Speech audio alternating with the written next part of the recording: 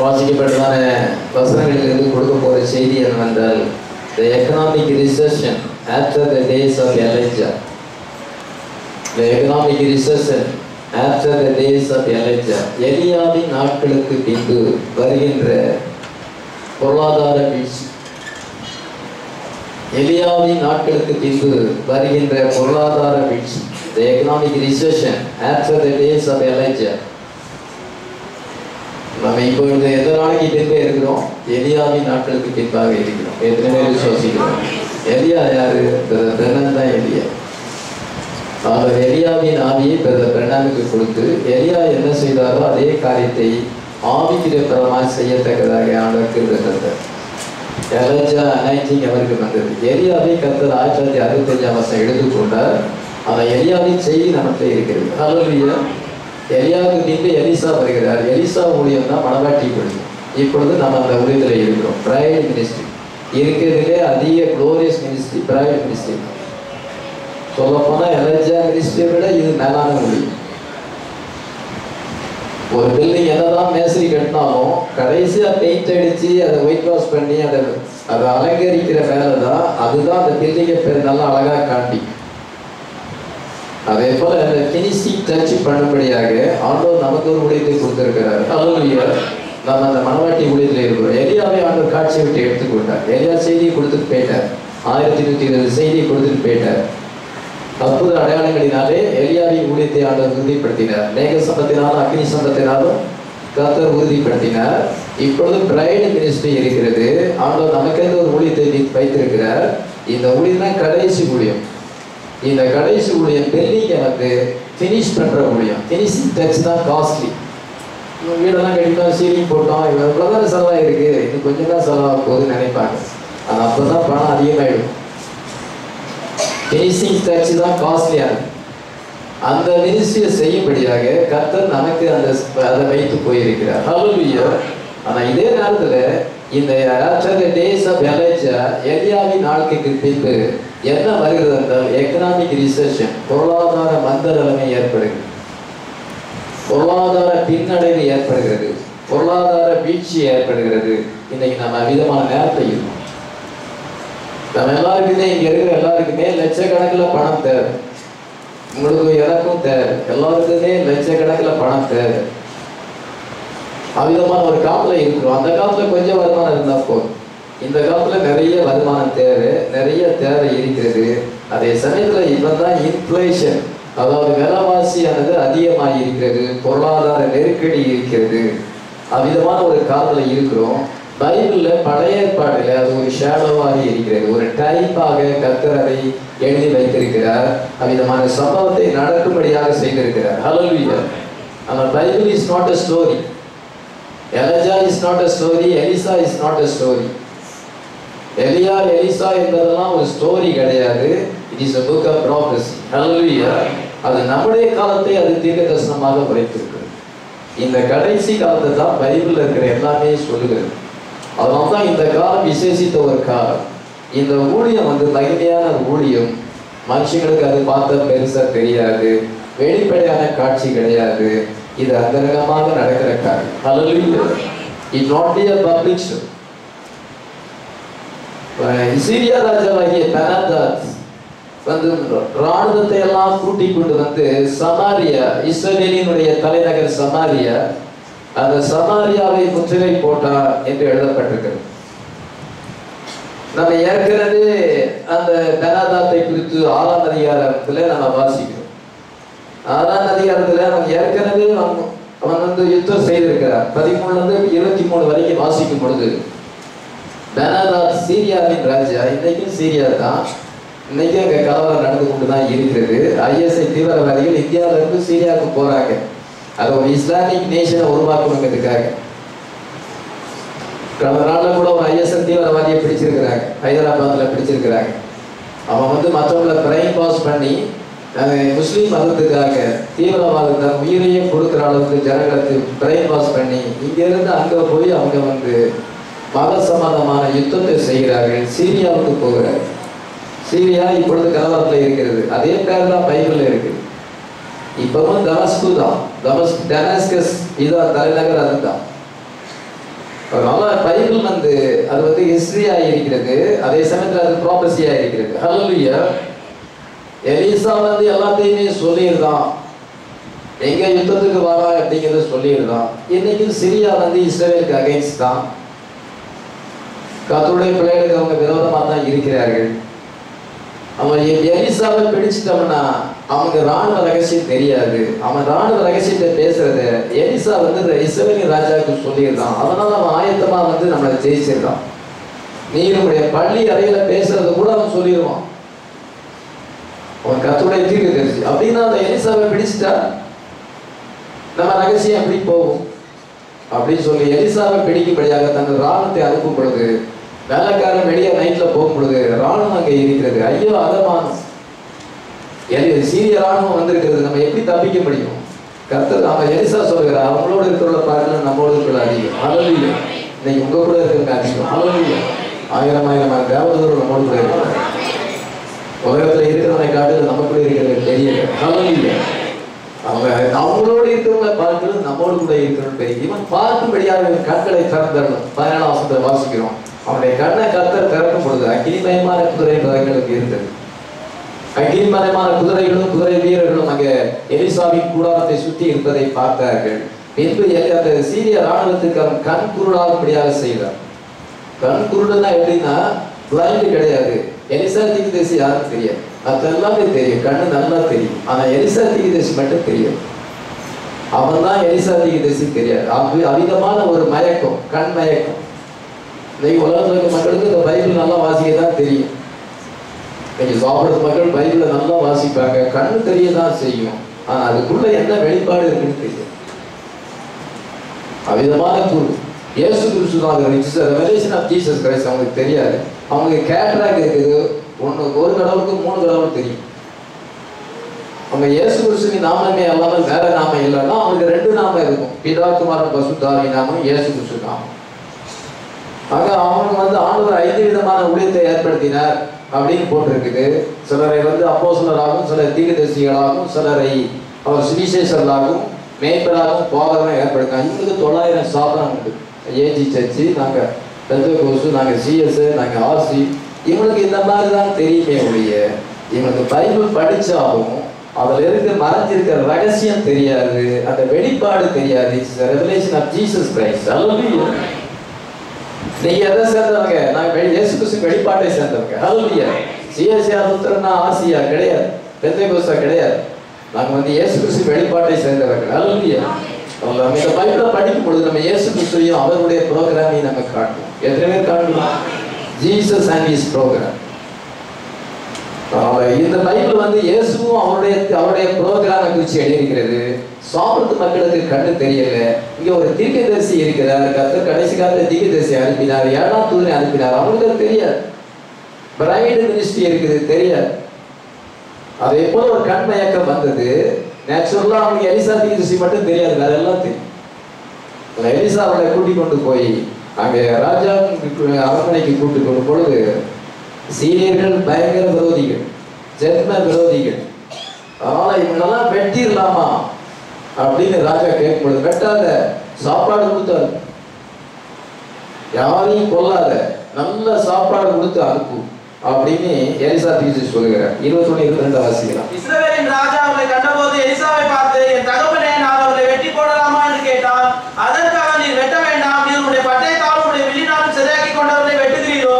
இவர்கள் புசித்து குடித்து தங்கள் ஆண்டவனுக்கு போகும்படிக்கு அப்பமும் தண்ணீரும் அவருக்கு எதிரில் வையும் என்றான். Don't kill them, treat them good, give them food and drink and send them home.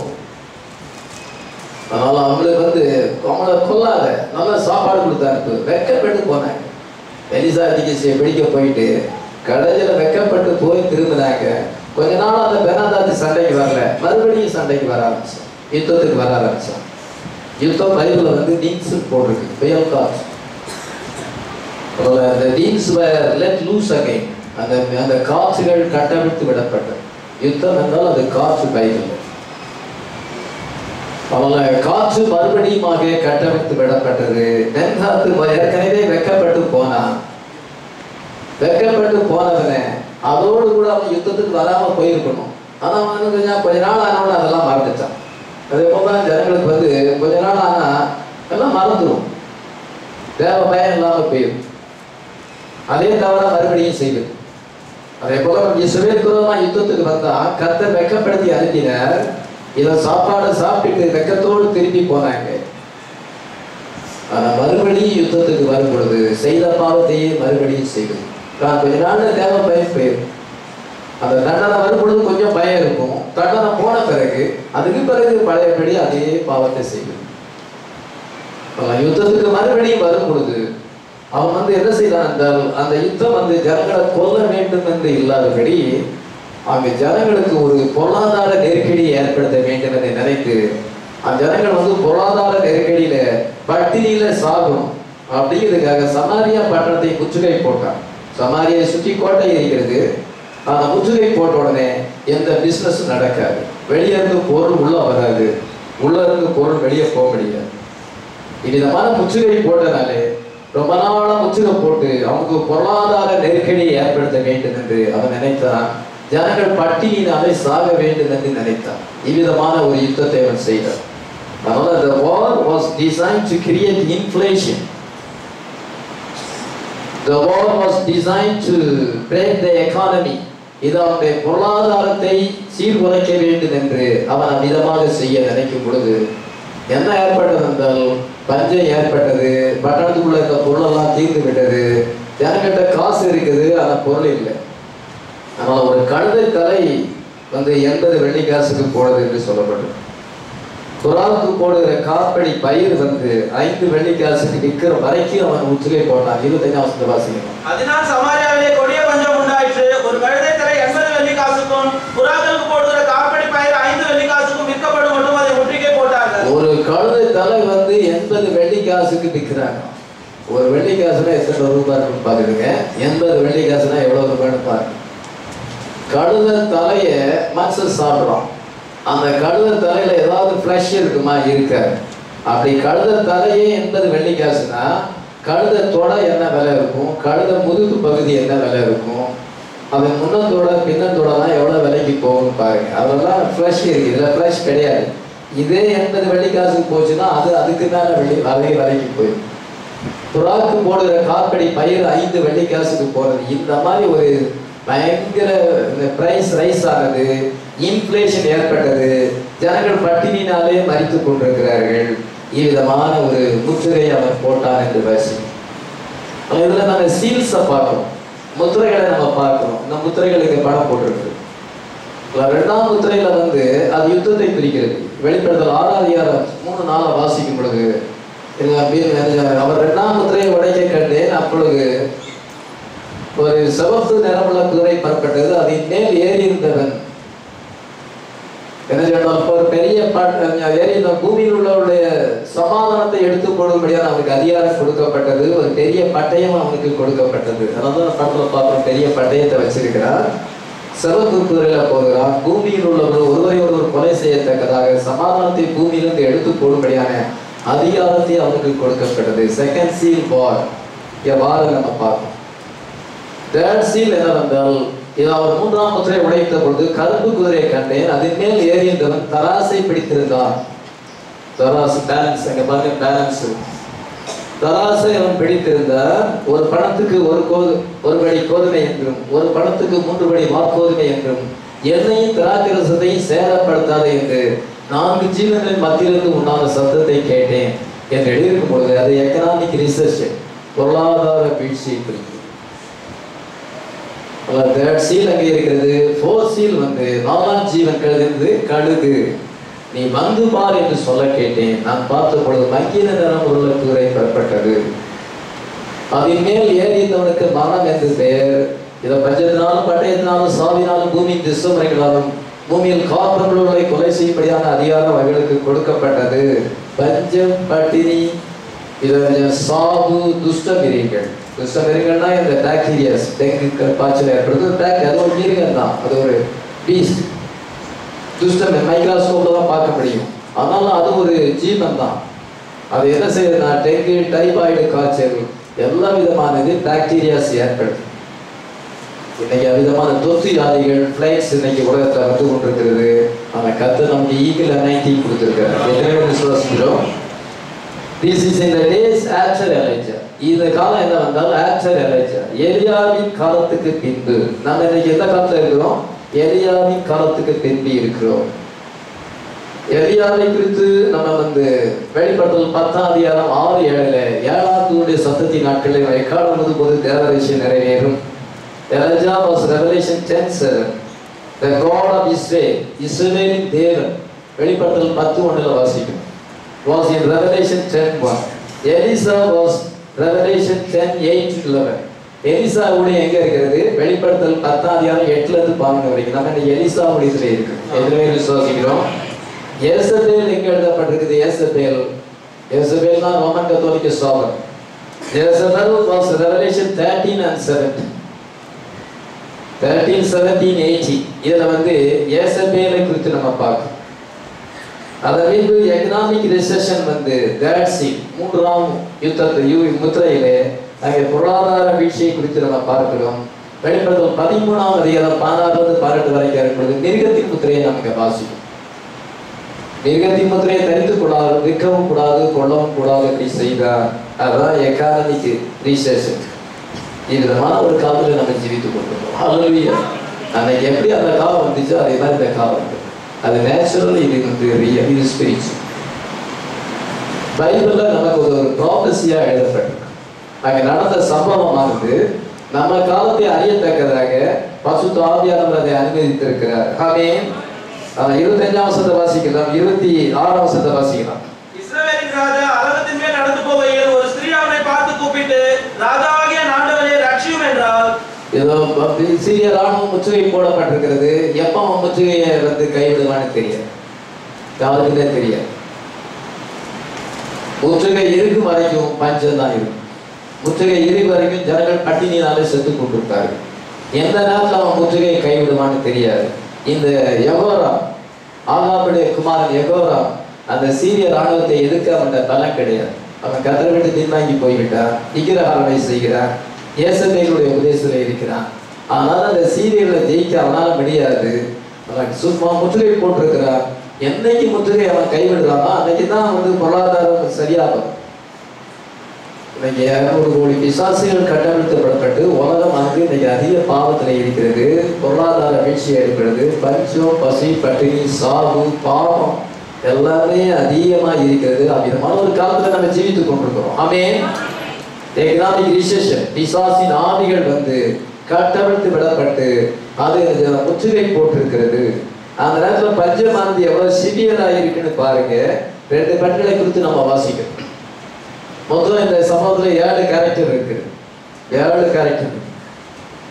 முதலாவது பெனாதாத், சீரிய ராஜா பெனாதாத், இவ்வளவு நேரம் அதை பார்த்தோம். 2வது அந்த 2 பெண்களை குறித்து எழுதப்பட்டிருக்கிறது.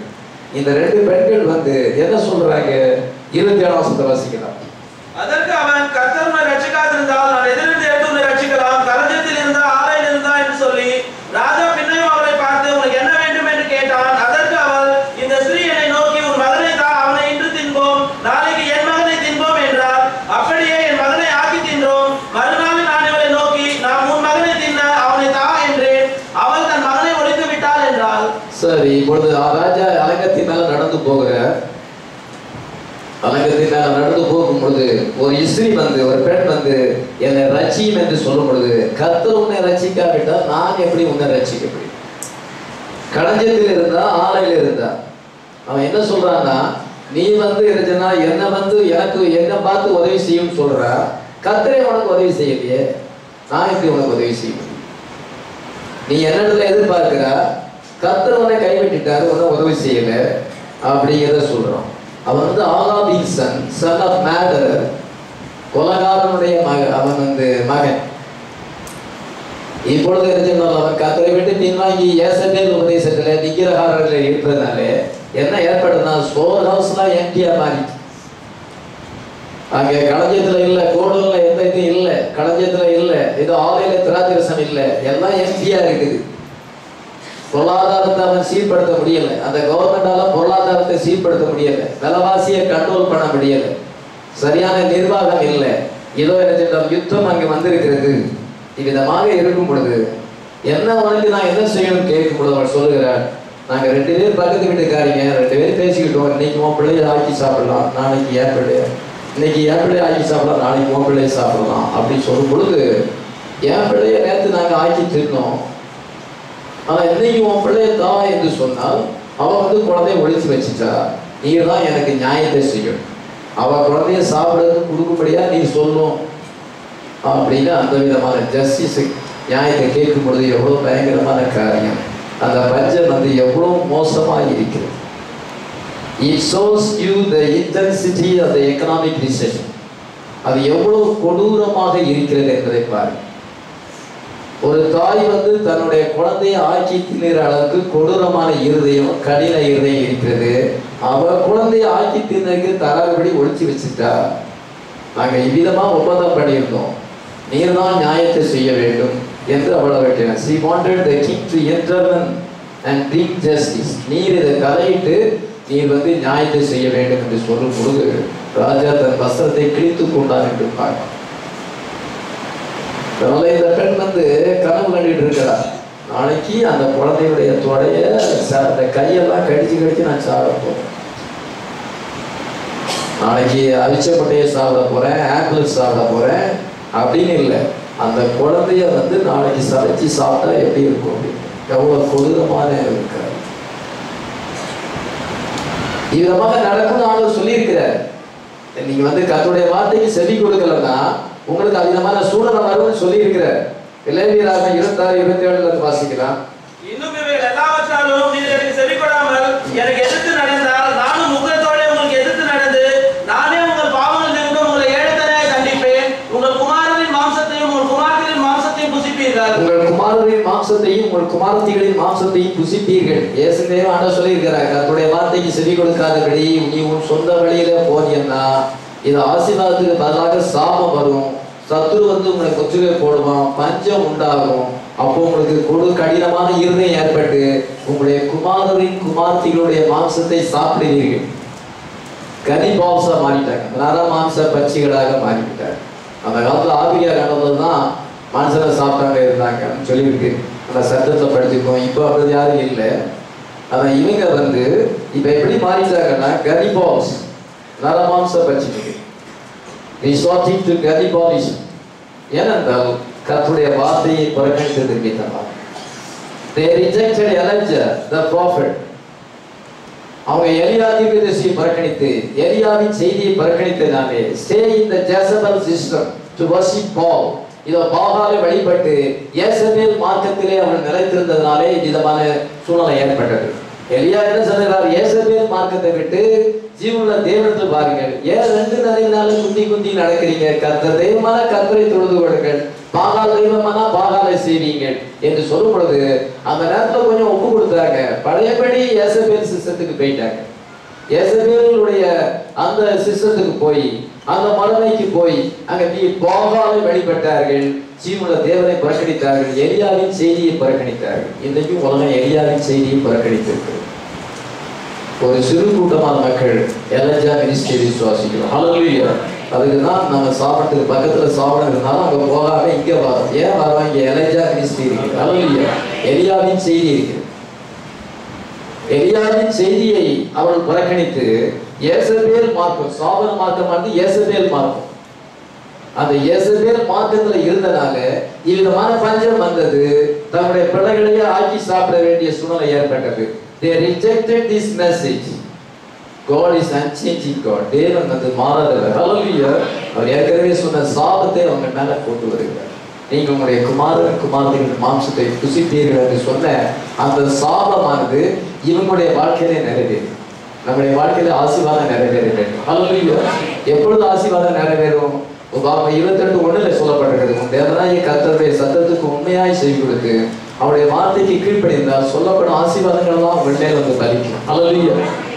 எங்களுக்கு நடக்கும், அவனுக்கு நடக்காது. பாஸ்டர் காரணம் செய்வார், நமக்கு செய்ய மாட்டார். நம்ம வந்து வருமானம் குறையா இருக்குது, நம்ம சூழ்நிலை அப்படி இருக்கு அப்படின்னு பைபிள் எழுதியிருக்கா? அப்படின்னு எழுதல. அது நம்முடைய அவிசுவாசம். எவரையும் மேன்மைப்படுத்தவும் பலப்படுத்தவும் கர்த்தருடைய கட்டளையாம். ஹல்லேலூயா. நீங்க எந்த தொழில் செய்தாலும் உங்களை ஆசீர்வதிக்கும். பைபிள் அப்படிதான் போட்டிருக்கு. உங்களுக்குள்ள ஒரு தாழ்ந்த மனப்பான்மை, உங்களுக்குள்ள ஒரு அவிசுவாசம் அப்படி இருக்கும் பொழுது நம்ம எல்லாம் இதுக்கு மேல போக முடியாது. அப்படி பைபிள்ல போடவே உன்னை மாலாக்கான தலையாக்குவே நீ கீழாகாம மேல வாய் சொல்லியிருக்கு. இவங்களுக்கு தான் அவங்களுக்கு தான் நீ பர்டிகுலரா எழுதலையே. இவங்க ஆண்டவர் ஆசீர்வதிப்பார், இவங்க கவர்மெண்ட் ஜாப் பாக்குறாங்க, இவங்க நிறைய படிச்சிருக்கிறாங்க அப்படின்னு பைபிள்ல போடலையே. எல்லாரையுமே ஆண்டவர் ஆசீர்வதிக்க முடியும். ஹல்லேலூயா. உண்மையாய் அவருடைய சத்தத்துக்கு சொல்லி கொடுத்தார். என்ன ஃபால்ட் இருக்கு அதை நீங்க தான் கண்டுபிடிக்கணும். பாஸ்டர் நீங்க கண்டுபிடிச்சு சொல்லுங்களேன். நான் கண்டுபிடிச்சோன்னா அவரோட ஏங்க கோவப்படுவீங்க. நீங்க தான் கண்டுபிடிக்கணும். உங்க வாழ்க்கையை நீங்க தான் ஆராய்ச்சி பார்க்கணும். ஏன் நமக்கு ஆவிக்குரிய ஆசீர்வாதம் வரல, ஏன் ஸ்பிரிச்சுவல் பிளஸிங் வரல, நமக்கு சோதனை மேல சோதனை ஏன் வருது என்பதை நீங்க தான் யோசித்து பார்க்கணும். அதனால பாருங்க, they rejected the message. அவங்க செய்தியை புறக்கணித்தார்கள். கர்த்தர் அந்த சாபத்தை அவர்கள் மேல கொண்டு வந்தார். நம்ம செய்தியை விசுவாசித்தால், செய்திக்கு ஒப்பு கொடுத்தால் பிளஸிங் நமக்கு வரும். எத்தனை விசுவாசிக்கிறோம்? சாரிபாத்தை குறித்து பார்க்கும் பொழுது, சாரிபாத் என்ன செய்தார் என்றால், அவளுக்கு உமன் கூட இருந்தது, பெண் தன்மை இருந்தது, அவளுக்கு ஆகாரம் இருந்தது, அவளும் பஞ்சத்தெல்லாம் இருக்கிறாள். 1 ராஜாக்கள் 17-16 வரை வாசிக்கும் பொழுது எலியா தீர்க்கதரிசி வருகிறார். முதலாவது கொஞ்சம் தண்ணி கொண்டு வான்னு சொல்றார். தண்ணி எடுக்க போனா ஒரு அடைய தண்ணி கொண்டு வா. இல்ல நான் கடைசி ஆகாரம் தான் இருக்கிறது, பானையில கொஞ்சம் மாவு, கலசத்துல கொஞ்சம் எண்ணெய் இருக்கிறது, நானும் என் மகன் அதை செய்து சாப்பிட்டுட்டு சாகிறதுக்காக 2 தடவை பொறுக்க வந்தேன். அப்படியா, முதலாவது எனக்கு ஒரு சிறிய அடைய பண்ணிட்டு வா, அதுக்கு பிறகு உன் மகனுக்கு நீ செய்யலாம் அப்படின்னு சொல்லும் பொழுது, அவள் படி போகும் பொழுது எலியா தீர்க்கதரிசி என்ன சொன்னார் என்றால், பஞ்ச காலம் தீர் மட்டும் பானையில மாவு குறையாது, கலசத்துல எண்ணெய் குறையாது. ஹல்லேலூயா. கர்த்தர் சொல்லுகிறார். ஹல்லேலூயா. தன்னுடைய ஆகாரத்தை அவர் ஷேர் பண்ணுகிறார். கடைசி ஆகாரத்தை தீர்க்கதரிசிக்கு, தேவனுடைய மனுஷனுக்கு கொடுப்பதை ஷேர் பண்ணும் பொழுது அவளுக்கு உமன் கூட இருந்தது. ஹல்லேலூயா. பெண் தன்மை இருந்தது. ஆனா இவங்களுக்கு அந்த தாய் தன்மை இல்லை, உமன் கூட இல்லை, மதர் கூட இல்லை. தன்னுடைய பிள்ளையை சாப்பிடுறாங்க. இவங்களும் பட்சத்துல இருக்காங்க, அவங்களும் பட்சத்துல இருக்கிறாங்க. ஆனா அந்த பெண்ணுடைய சுவாபத்தை பாருங்க, இந்த பெண்ணுடைய சுவாபத்தை பாருங்க. 2 kinds of women. 2 பெண்கள் இருக்கிறாங்க. ஒண்ணு நல்ல சபை, இன்னொன்னு கெட்ட சபை. பெண்கள் வந்து சபைக்கு அடையாளமாக இருக்கிறார்கள். அதனால பாருங்க, அப்போஷத்தை குறித்து பார்க்கும்பொழுது, அந்த அப்போஷன் என்ற மிருகம் அது வந்து அவருடைய காம்பவுண்டுக்குள்ள வரும் பொழுது கால் அடிபட்டு இருக்கிறது. அது என்ன செய்யணும், குழந்தைகளை வந்து குட்டிகளை அதனுடைய பையில போட்டுக்கொண்டு 7 குட்டிகளை போட்டுக்கொண்டு அந்த குட்டிகளை வந்து அது நேசித்தனால அது ஜோமனுக்காக பெண்ணா வீட்டுக்கு வருது. ஹல்லேலூயா. அங்க வந்து அவர் ஜோமன் வரைக்கும் படுத்துக்கிட்டு அதுக்கு எவ்வளவு தாய் தன்மை இருக்கு, ஒரு மிருகத்துக்கு எவ்வளவு தாய் பாசம் இருக்குன்னு பாரு. அதே போல அந்த கடன்பட்டு போனா ஒரு எஸ்ரி 2 ராஜாக்கள் 4ஆம் அதிகாரத்துல முதல் சில வசனங்களை வாசிக்கும் பொழுது 2 பிள்ளைகளை கடற்காரன் வந்து பிடிச்சிட்டு போக வருகிறான். அவன் உடனே எலிசா தீர்த்துட்டு போறா. இதே போல என்ன 2 பிள்ளைகளையும் கடன் கொடுத்தவன் வந்து அடிமையாக்கி கொள்ள விரும்புகிறான். நீர் என்ன சொல்லுகிறீர்? உன்கிட்ட என்ன இருக்கு? கொஞ்சம் எண்ணெய் இருக்குது, நீ வெறும் பாத்திரத்தை வாங்கி ஊத்து, அதுதான் நிறைஞ்சிடும். நீ பிரிவு அதை வித்து நீனும் உன் பிள்ளைகளும் ஜீவனம் பண்ணுங்க, கடனெல்லாம் கொடுத்துருன்னு சொல்லி அவன் வந்து தேவனுடைய தீர்க்கதரிசிட்ட ஓடி வந்தார். ஹல்லேலூயா. யார்கிட்ட வந்தார்? தேவனுடைய தீர்க்கதரிசி. இவன் யார்கிட்ட போறா? ராஜாட்ட போற. அதே எலிசா தீர்க்கதரிசி தாங்க இருக்கு. அதே எலிசா தீர்க்கதரிசி தான் சமாரியால தான் இருக்கிறார்.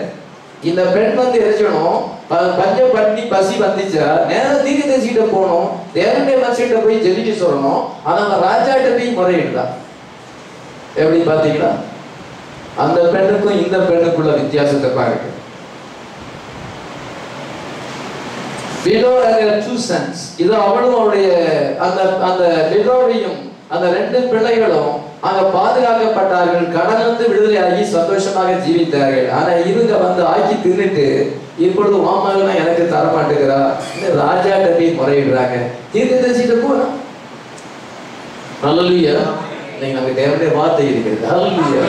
prayer and word of God இருக்கு. ஜெபமும் தேவனுடைய வார்த்தை இருந்தா எல்லாத்தையுமே நம்ம கற்றுக்கொள்ளலாம். அந்த முயற்சி எடுக்காதபடி நம்ம அவங்ககிட்ட இவங்ககிட்ட போய் யார்கிட்ட கடன் கேட்கலாம், உடனே டாக்டர் தூக்கிட்டு ஓடு, அவன் உடனே ஐசி வார்டில் கொண்டு வைப்பான். ஏனத்துக்கு அது கத்தர் வரைக்கும் ஜெபிச்சா இயேசு கிறிஸ்து உதவி செய்வார். தேவனுடைய மனுஷன்கிட்ட போய் ஜெபிக்கலாம். அவள் அப்படி நினைக்காம இவன் வந்து இங்க மாதிரி ராஜாட்ட போய் முறையிடுகிறாள். The hour of temptation. இப்பொழுது அவ்விதமான ஒரு சோதனை காலத்தில் நம்ம இருக்கோம். பூஜை காலத்தில் இன்னும் சோதனை காலம் வரப்போகிறது. ஆனால் கர்த்தர் நமக்கு அதை தப்புவித்தார். ஹல்லேலூயா. அதற்கு தேவன் நம்மை தப்புவித்தார். ஜனங்கள் தேவனை தூசிக்கிறார்கள். வேதனைகள் பெருகும் பொழுது, சோதனைகள் வரும் பொழுது அநேக தேவனை தூசிப்பார்கள். அவன் தங்களை தாங்களே நிதானித்து பார்க்க மாட்டார்கள். தங்களுடைய பாவத்தினாலே இவ்விதமான சூழ்நிலை ஏற்படுகிறது. எலஜா மெசேஜை நாங்கள் புறக்கணித்ததால் தான் இவ்விதமான சூழ்நிலை ஏற்பட்டிருக்கிறது. சாப்பிடுறதுக்கு ஒண்ணுமே இல்லை. இவ்விதமான சூழ்நிலையை ஏற்பட்டது என்று அவங்க தங்களை தாங்களே நிதானித்து பார்ப்பதில்லை. அவங்களுடைய இருதயமானது கடினப்பட்டது. அவங்களுடைய இருதயம் கடினப்பட்டு என்ன செஞ்சார் வந்தால் அந்த ஹார்டன் ஆஃப் ஹார்ட்ல இருந்து இருதயத்தை கடினப்படுத்தினால்தான் அந்த பிள்ளைகளை போய் சாப்பிடுறது. ஆனால் கர்த்தர் நமக்கு கல்லான இருதயத்தை எடுத்துக்கொண்டு சதையான இருதயத்தை என்ன விசுவாசிக்கிறோம்? அந்த தாய்மார்களுக்கு கடினமான இருதயம் வந்தது, நமக்கு இன்னைக்கு சதையான இருதயத்தை தந்திருக்கிறார். நம்முடைய ஆவியாளர் எடுத்துக்கொண்டு நமக்கு இதற்கு புதிதான ஆவியை தந்திருக்கிறார். கல்லான இதயத்தை மாம்சத்தை விட்டு எடுத்துக்கொண்டு உங்களுக்கு சதையான இதயத்தை தருவேன். உங்களுடைய ஆவியை நான் உங்களுடைய புதிதான ஆவியை உள்ளத்தை தந்து என்னுடைய ஆவியை உங்களுக்கு தருவேன். அப்பொழுது என் கற்பனைப்படி நீங்கள் நடப்பீர்கள். அதான் நியூ பேரண்ட், புது பிறப்பு. எசேக்கியேல் 36:26-29 வரை வாசிக்கிறோம். ஆண்டவர் முதலாவது நம்முடைய கல்லான இதயத்தை எடுத்து சதையான இதயத்தை தருகிறார். பின்பு வெல்கமிங் ஸ்பிரிட் தருகிறார். சத்தியத்தை நம்ம வாஞ்சியோடு கேட்கிறோம். அது வரைக்கும் சத்தியத்தை கேட்க மனசு இல்லை. இப்போ ஆண்டவர் புதுசான ஆவியை தந்திருக்கிறார். Hallelujah. New spirit welcoming the word of God. Hallelujah. பின்பு அவருடைய ஆவியை நமக்கு தரும் பொழுது நாம் அவருடைய கற்பனைப்படி நடப்போம். ஹல்லேலூயா. நம்மால் அவருடைய கற்பனைப்படி நடக்க முடியாது. நம்முடைய மாம்சமும் நம்முடைய மனசும் கர்த்தருடைய வார்த்தைக்கு கீழ்ப்படியாது. ஆனால் அவர் நம்முடைய ஆவியை தருவார் என்றால் இந்த மாம்சத்தையும் மனசையும் நம்ம தேவனுடைய வார்த்தைக்கு கீழ்ப்படிய செய்ய முடியும். ஹல்லேலூயா. ஏனென்றால் அவருடைய ஆவி நமக்குள்ள இருந்து நம்முடைய மாம்சத்தையும் மனசையும் வார்த்தைக்கு கீழ்ப்படிய செய்யும். நம்மால் அதை செய்ய முடியும். முதலாவது நியூ ஹார்ட், இரண்டாவது நியூ ஸ்பிரிட், மூணாவது ஹிஸ் ஸ்பிரிட் நமக்கு வரும் பொழுது அவருடைய வேர்டை நம்ம கீப் அப் பண்ணுவோம். நம்ம மறுபடியும் பிறந்த அர்த்தத்தை பெறுவோம். ஹல்லேலூயா. எத்தனை அர்த்தத்தை பெற்றுக்கிறோம்? அங்கே எகனாமிக் ரிசெஷன், பொருளாதார வீழ்ச்சி, இத பஞ்சம் பசி பட்டினி அங்க இருக்கிறது. பஞ்சத்தினாலும் பட்டயத்தினாலும் சாவினாலும் பூமியின் துஷ்டமிருகங்களினாலும் அநேகர் மறித்துக் கொண்டிருக்கிறார். மூளை காய்ச்சல் பரவி கொண்டிருக்கிறது. இது அமிதமான வியாதி, பேட் ஃப்ளூ வருகிறது. கோழியெல்லாம் கொலை பண்ணிடுவோம். அப்படியெல்லாம் அறுத்து தலையை அறுத்து போட்டுருக்கு. பேட் ஃப்ளூ வருகிறது, ஸ்விங் ஃப்ளூ, இதோ பன்றி காய்ச்சல் வருகிறது. இந்த மாதிரி ஒரு காலத்துல நம்ம ஜீவித்துக் கொண்டோம். ஏனென்றால் ஜனங்கள் கர்த்தர் 7ஆம் தூதனை அனுப்பினார், அந்த செய்தியை புறக்கணித்தார்கள். They refused to walk in light. அந்த வெளிச்சத்திலே நடக்க மறுத்தார்கள். அந்த 7ஆம் தூதனுடைய செய்தியை மறுத்ததுனாலே இவ்விதமான சூழ்நிலை இங்கே ஏற்பட்டது. பெண்கள் அமெரிக்காவில் பெண்கள் என்ன செய்யறாங்கன்னா பேட் கண்ட்ரோல் பண்ணி கொடுக்கிறார்கள். பேட் கண்ட்ரோல் பண்ணி விலையுறந்த நாயை வாங்குறது. அந்த நாயை வாங்கி அந்த நாயை வளர்த்து சொல்ல கொடுக்குறது, மடியில போட்டு சொல்ல கொடுக்குறது. கார்ல போனா நாயை கார்ல போட்டு சொல்லுது. ஜனங்கள் குழந்தையை பெற்று வளர்க்கறதுக்கு அவங்களுக்கு கஷ்டமா இருக்கிறது, நாயை வளர்க்க அவங்களால முடியும். அன்னைக்கு பணக்கார பெண்கள் நாயை வளர்ப்பார்கள், குழந்தைய வளர்க்க அவங்களுக்கு மனசு இல்லை. இது மாதிரி ஜனங்களுடைய பெண்களுடைய நிலைமை சீரழிஞ்சு போயிருக்கு. ஜேசபல் ஸ்பிரிட்ஸ், அவங்க மேல ஜேசபேலின் ஆவி இருக்கு. ஆனால் இந்த ஹேச்சிரைட்ஸ் அம்மையாரை நம்ம பார்க்கும் பொழுது உனக்கு என்ன வேணும், கர்த்தர் இந்த நேரத்தில் என்ன வேணும்னாலும் உனக்கு தர சொல்ற, என்ன உனக்கு வேணும் சொல்லும் பொழுது அவள் யோசித்து பார்க்கிறா. பணம் அழிஞ்சு போகும், எல்லாமே அழிஞ்சு போகும். சுகம் கிடைச்சா கூட அதுக்கு கடைசியில மறிக்கதான் செய்யணும். ரட்சிப்பு கிடையாது. ஹல்லேலூயா. இவங்க 2 பிள்ளைகள் ரட்சிக்கப்படும். ஹல்லேலூயா. அந்த அம்மாவுக்கு என்ன ஆவி இருக்கு பாருங்க. அந்த ஆவி இருக்குது. நம்முடைய பிள்ளைகள் எல்லாம் சத்தியத்துல நடக்கும். சில வாலிபர்கள் சரியா வாலிபர் கொடுத்து வர கிடையாது. தாய் தப்பன் இல்லை எங்க பிள்ளை அப்படிதான் இப்படிதாங்கிறாங்க. கடைசியில் அந்த பிள்ளைகள் கேட்டாலும் வரது கிடையாது. சர்ச்சை முடிஞ்சா நான் பாட்டில் செய்யணும். ஒரு பேட் ஃப்ரெண்ட்ஷிப் பண்றது. நம்ம பிள்ளைகள் ரசிக்கப்படணும், அப்படியே வாலிப பிள்ளைகள் ரசிக்கப்படணும். ஹல்லேலூயா. தாய்மார்கள் அந்த பாரம் வேணும். யூத் மீட்டிங் போறானா ஒழுங்கா ஆண்டோடைய வார்த்தைக்கு கீழ்படி. நான் read the Bible and pray இருக்கிறது பெண்ணா சொல்லியிருக்கிறாரு. தேவனுடைய வார்த்தையை படிச்சு செபிக்கிறாங்களா? ரொம்ப அத்தியாவசியமா கவனிக்க வேண்டும். இப்பொழுது ஜேசபல் ஸ்பிரிட் இருக்கிறது. இந்த அம்மாக்களுக்கு தாய் தன்மை இல்லை, மதர்ஹுட் இல்லை, உமன்ஹுட் இல்லை. தன்னுடைய பிள்ளைகளையே ஆக்கி தின்கிற அளவுக்கு கடின இருதயம் அவளுக்கு வந்து அதனால இவங்க எதுக்கு அடையாளமா இருக்கிறாங்க? That is the prophecy in the Bible for the last days. இது கடைசி காலத்துக்குரிய தீர்க்க தரிசனமா இருக்குது. நம்ம காலத்துல அப்படி நடக்கிறது. பாஸ்டர் அப்படி யாரும் செய்யலையே, அந்த காலத்துல செஞ்சாங்க, இப்ப யாரும் அப்படி செய்யலையே. இது ஆவிக்குரிய அர்த்தத்தை பார்க்கணும். ஆவிக்குரிய அர்த்தத்தை பார்க்கும் பொழுது இன்னைக்கு இருக்கிற சாபன சபைகள் இந்த பெண்களுக்கு அடையாளமா இருக்குது. இதயத்தை கடினப்படுத்தி தேவனுடைய வார்த்தைக்கு தங்கள் இதயத்தை கடினப்படுத்தி வார்த்தையை புறக்கணிப்பது அந்த இந்த காலத்துடைய சபை மக்களுடைய வேலையா இருக்குது. சத்தியத்தை சொன்னா ரொம்ப யாருமே தெரியப்பட முடியும். யார் ஆளும் தெரிந்து கொண்டாலும் நமக்கு தெரியல. 1000 பேருக்கு சத்தியம் சொன்னா ஒருத்தர் தான் ஏற்றுக்கொள்கிறாங்க. ஜனங்கள் இருதயம் கடினப்பட்டிருக்கிறது. தேவனுடைய வார்த்தைக்கு ஒப்பு கொடுக்க முடியாதபடி நம்முடைய இருதயம், அந்த பெண்களுடைய இருதயம் கடினப்பட்டது. செல்ஃபிஷ்னஸ், மாம்சத்துக்குரியவளாக ஜீவித்தார்கள். அதே போல இன்னைக்கு இருக்கிற சபைகள் மாம்சத்துக்குரியவளாக இருக்கிறது. There is a prophecy in the Bible for these last days. இந்த காலத்துடைய கடைசியா தீர்க்க தரிசனமாக இருக்கிறது. Apostate churches, தேவ பக்தி இல்லாத சபை, அவபக்தியான சபையா இருக்கிறது. என்ன மாதிரி ட்ரெஸ் போட்டுக் கொள்றது, எவ்விதமான அசுத்தத்தை ஜீவிப்பது, இது அவங்கதான் இன்னைக்கு பெந்தேகாஸ்தல் சபை. அப்படிதான் அவங்கள போல மாடர்ன் ட்ரெஸ் யாரும் பண்ண முடியாது. சிஎஸ்எஸ் பீட் அடிச்சுறாங்க. Apostate churches, இதற்கென்றால் அவபக்தியான ஒரு சபை, தேவனுடைய வார்த்தையின்படி நடக்காதபடி, இத மாம்சத்தின்படி பிறந்து மாம்சத்தின்படி வாழுவது, அவ்விதமான பெண்களுக்கு இந்த பெண்கள் அதுக்கு அடையாளமா இருக்கிறாங்க. நம்ம சுவாதிமா தூர்வேதைக்கு அடையாளமா இருக்கிறோம்.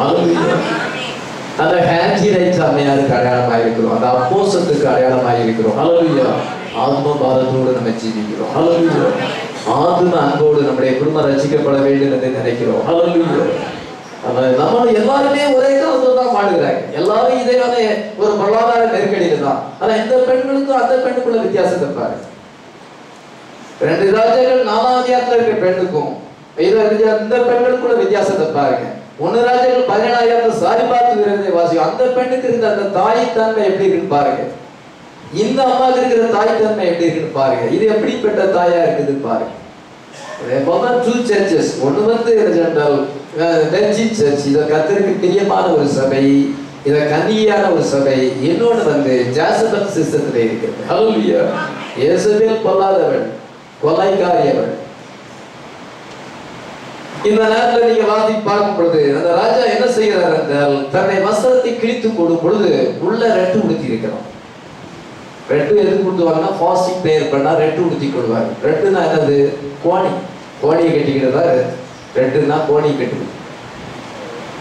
அவன் இந்த வஸ்திரத்தை கிழிக்கும் பொழுது அவன் ரெட்டு உடுத்தி உள்ளே ரெட்டு உடுத்தி இருந்ததை ஜனங்கள் கண்டார்களாம்.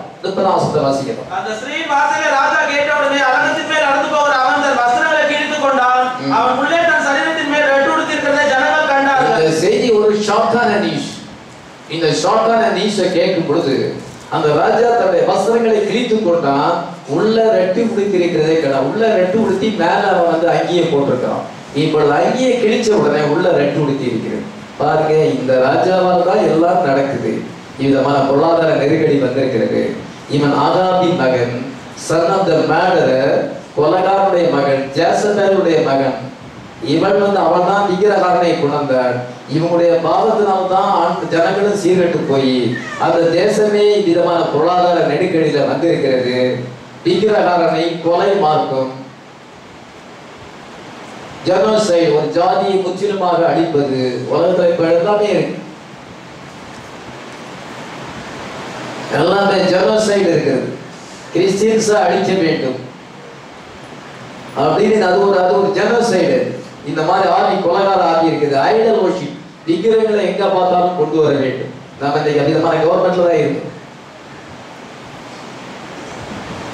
அந்த ஆகாபின் மகன் ஜெகோராம் என்ன செய்யறான் என்றால், அவனுடைய பாவத்தை ஆனா என்ன செய்ய, அவன் ஒரு பக்தியா வச்சிருக்கிறான். உள்ள ரெட்டு உடுத்தி இருக்கிறான். அவன் ஒரு ஃபாஸ்டிங்கா இருந்து ஒரு பிட்டன்ட் பண்ணுகிறான். அதாவது மாய்மாலா காமிக்கிறான். அவன் ஃபாஸ்டிங் உள்ள ரெட்டு உடுத்தி இருக்கிறான். ஃபாஸ்டிங் வீட்டில் போனோன்னா நல்லா சாப்பிடுறது. அது ஃபாஸ்டிங்கா? 3 நேரம் ஆகாரத்தை சாப்பிடுறது தான் ஃபாஸ்டிங். 3 நேரம் ஆகாரம் சாப்பிடுறது, அப்பதான் 1 டே ஃபாஸ்டிங். ஃபாஸ்டிங் பிரேயர் முடிஞ்சிட்டு வீட்டில் போய் சாப்பிடுவாங்கன்னா ஃபாஸ்டிங் கிடையாது. இவன் ஒரு மாய்மாலம் செய்கிறார். இவன் என்ன செய்கிறான் என்றால் தன்னுடைய தவறை உணாதபடி தன்னுடைய தவறை இன்னொருத்தர் மேல போடுகிறான். 31ஆம் வசனத்தை வாசிக்கிறான். அவன் சாபாத்தின் குமாரனாகிய எலிசாவின் தலை இன்றைக்கு அவன் மேல் இருந்தால் தேவன் அதற்கு சரியாகவும் அதற்கு அதிகமாகவும் எனக்கு செய்ய கடவர் என்று சொன்னான். இதோ இவன் என்ன சொல்லுகிறான் பாருங்க. விதமான ராஜா இது மூணாவது கதாபாத்திரம் இந்த ஸ்டோரியில. மூணாவது கதாபாத்திரம் இஸ்ரவேலின் ராஜா, தி கிங் ஆஃப் இஸ்ரேல். ஒரு மாய்மாலமான ஒரு மனுஷன். இவனால தான் எல்லா விதமான நெருக்கடி வந்திருக்கிறது. யோசேப்பு சிங்காசனத்தில் இருக்கும் பொழுது செழிப்பு வந்தது. ஹல்லேலூயா. எகிப்து தேசம் செழிப்பா இருந்தது. கர்த்தருக்கு பிரியமான ராஜாக்கள் எல்லாம் சிங்காசனத்தில் வரும் பொழுது செழிப்பு வந்தது, சமாதானம் வந்தது. ஹல்லேலூயா. ஆனா இவன் இருக்கும் பொழுது யுத்தம் வருகிறது, பஞ்சம் வருகிறது. அதை இவன் உணரல. இவன் தப்ப வந்து என்ன செய்யறாங்க, சாபாத்தின் குமாரனாகிய எலிசாவின் தலை இன்னைக்கு அவன் மேல இருந்தால் கர்த்தர் எனக்கு அதுக்கு சரியாக செய்ய கடவுள்னு சொல்றான். அதாவது அவன் தலையை அவனை விட்டு எடுத்துருவேன், அவன் தான் எல்லாத்துக்குமே காரணம். அவன் எலியாவின் பிரசங்கத்தை பண்ணுகிறான். இதை எலியா என்ன சொல்லி, கர்த்தருடைய வார்த்தைக்கு கீழ்ப்படியாட்டா பஞ்சம் வரும், கொலை நோய் வரும், துஷ்ட மிருகங்கள் வரும், யுத்தம் வரும் இப்படின்னு அவர் சொல்லி இருக்கிறார். இவன் அதை பிரசங்கம் பண்றான். இப்படி பிரசங்கம் பண்ணனால தான் நமக்கு இப்படி சூழலை வந்திருக்கிறது. அவன் வந்து நமக்கு அகைன்ஸ்டா இருக்கிறான், நம்முடைய உபதேசங்களுக்கு அகைன்ஸ்டா இருக்கிறான், இயேசுவின் மார்க்கத்துக்கு விரோதமா இருக்கிறான். அதனால தான் இது வந்திருக்கிறது. அவனை நம்ம வந்து கொலை செய்யணும். His real anger is rage on the elect of God. தேவனுடைய தேவனால் தெரிந்து கொள்ளப்பட்டவன் மேல அவனுக்கு கோபம் வருது. Elisha is a type of the bride. Elisha வந்து மணவாட்டிக்கு அடையாளமா இருக்கிறான். அதனால பாருங்க, இன்னைக்கு வந்து சாத்தான் அந்த பொலிட்டீஷியன் என்ன செய்யறாங்கன்னா தேவனுடைய பிள்ளைகள் மேல் விரோதத்தை செலுத்த வேண்டிய நேரம். ஹல்லேலூயா. இந்தியா வந்து இங்கிலீஷ் வந்து எப்படி கிறிஸ்டியானிட்டி ஏற்பட்டது? இது செகுலர் கண்ட்ரி ஆச்சு.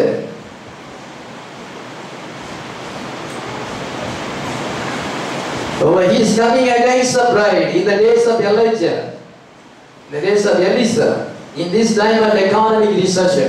இந்த பொருளாதார வீழ்ச்சி நேரத்திலே இதோ சாத்தான் என்ன செய்கிறார் என்றால் தேவனுடைய பிள்ளைகளுக்கு விரோதமாக வருகிறார். ஆமென்.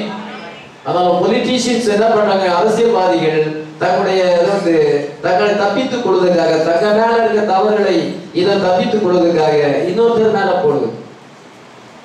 அவன் தன்னுடைய தவறுகளை சரி, அவன் வந்து நாட்டு பொருளாதாரத்தை சரிப்படுத்த முடியல, யுத்தத்தை போய் அவன் ஜெயிக்க முடியல, தன்னுடைய தன்னை அவன் சரி பண்ண முடியாதனால எலிசா மேல பிளேம் போடுகிறான். பாருங்க என்ன செய்யறாரு, இந்த பொலிட்டீஷியன்ஸோட வேலை அதுதான். He cannot remedy the economy. பொருளாதாரத்தை அவன் சரிப்படுத்த முடியவில்லை. He cannot solve the economic problem. அந்த பொருளாதார சிக்கல்களை அவனால் தீர்க்க முடியவில்லை. என்ன செய்யறான் என்றால் seeks attention. அவன் எலிசா மேல இருந்து ஜனங்களை திசை திருப்புகிறான். அவன் தான் காரணம். அப்படி சொல்லும் பொழுது எலிசா இப்பொழுது என்ன செய்து கொண்டிருக்கிறான் பாருங்க. 32ஆம் வசனத்தை வாசிக்கலாம். எலிசா தன் வீட்டில் உட்கார்ந்திருந்தான், மூப்பரும் அவரோடு உட்கார்ந்திருந்தார்கள். அப்பொழுது ராஜா ஒரு மனுஷனை, எலிசா தன் வீட்டில் உட்கார்ந்திருந்தார். Elisha sat in his house and the elders sat with him. Elisha தன்னுடைய வீட்டிலே உட்கார்ந்தான், அவனுடைய மூப்பர்கள் அங்கே உட்கார்ந்து கொண்டான். பொருளாதார நெருக்கடி இருக்கிறது, சத்துரு முற்றுகை போட்டிருக்கிறான், பட்டினியில ஜனங்கள் வந்து மிகவும் பாதிக்கப்பட்டிருக்கிறார்கள். ஆனா எலிசா வந்து உட்கார்ந்து இருக்கிறான், அவனை சுற்றி எல்டர்ஸ் இருக்கிறாங்க. ஹல்லேலூயா. அவன் சமாதானமாய் இருக்கிறான். ஹல்லேலூயா. எந்த குழப்பமும் இல்லை. ஹல்லேலூயா. எத்தனை பேர் அப்படி இருக்கிறோம்? நம்ம தான் எலிசாவும் அந்த elders, pastor and believers. Hallelujah. Anointed pastor and true believers, real believers. இன்னைக்கு என்ன சோதனைகள் நம்ம சுற்றி இருந்தாலும், நம்மை சுற்றி வாதைகள் விழுந்தாலும், இதை நம்மை சுற்றி பொல்லாப்பான காரியங்கள் இருந்தாலும் நம்மளை ஒன்றும் செய்ய முடியாது. ஹல்லேலூயா. We are at peace. ஹல்லேலூயா. நம்ம சமாதானத்தோடு இருக்கிறோம். எல்லாமே நன்மைக்கு ஏதுவாய் நடக்கிறதுக்கு அறிந்திருக்கிறோம். ஹல்லேலூயா. இப்ப எல்லாம் சூழ்நிலை வந்தாதான் கர்த்தருடைய வருகை வரும். ஹல்லேலூயா. அல்லது கர்த்தருடைய வருகை வராது. கர்த்தாவே எல்லாமே நன்மைக்கு ஏதுவாக செய்கிறீர். எத்தனை விசுவாசம்? All things are working good for them that love God. கர்த்தரை நேசிக்கிறவர்களுக்கு சகலம் நன்மைக்கு ஏதுவாய் நடக்கிறது. ஹல்லேலூயா. இவன் ஒரு ப்ராஃபட்டா இருக்கிறான். இவனை சுற்றி எல்டர்ஸ் இருக்கிறாங்க, ஈகிள் அண்ட் ஈகிள்ஸ். ஹல்லேலூயா. இதோ ஈகிள் அங்கே இருக்கிறது. ஹல்லேலூயா. என்ன ஈகிள் வந்து என்ன செய்கிறது? புதிய மாம்சத்தை சாப்பிடும். ஹல்லேலூயா.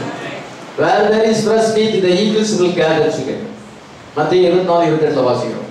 எங்கே வந்து புதிய மாம்சம் இருக்கிறதோ அங்கே கழுகுகள் வந்து சேரும். ஹல்லேலூயா.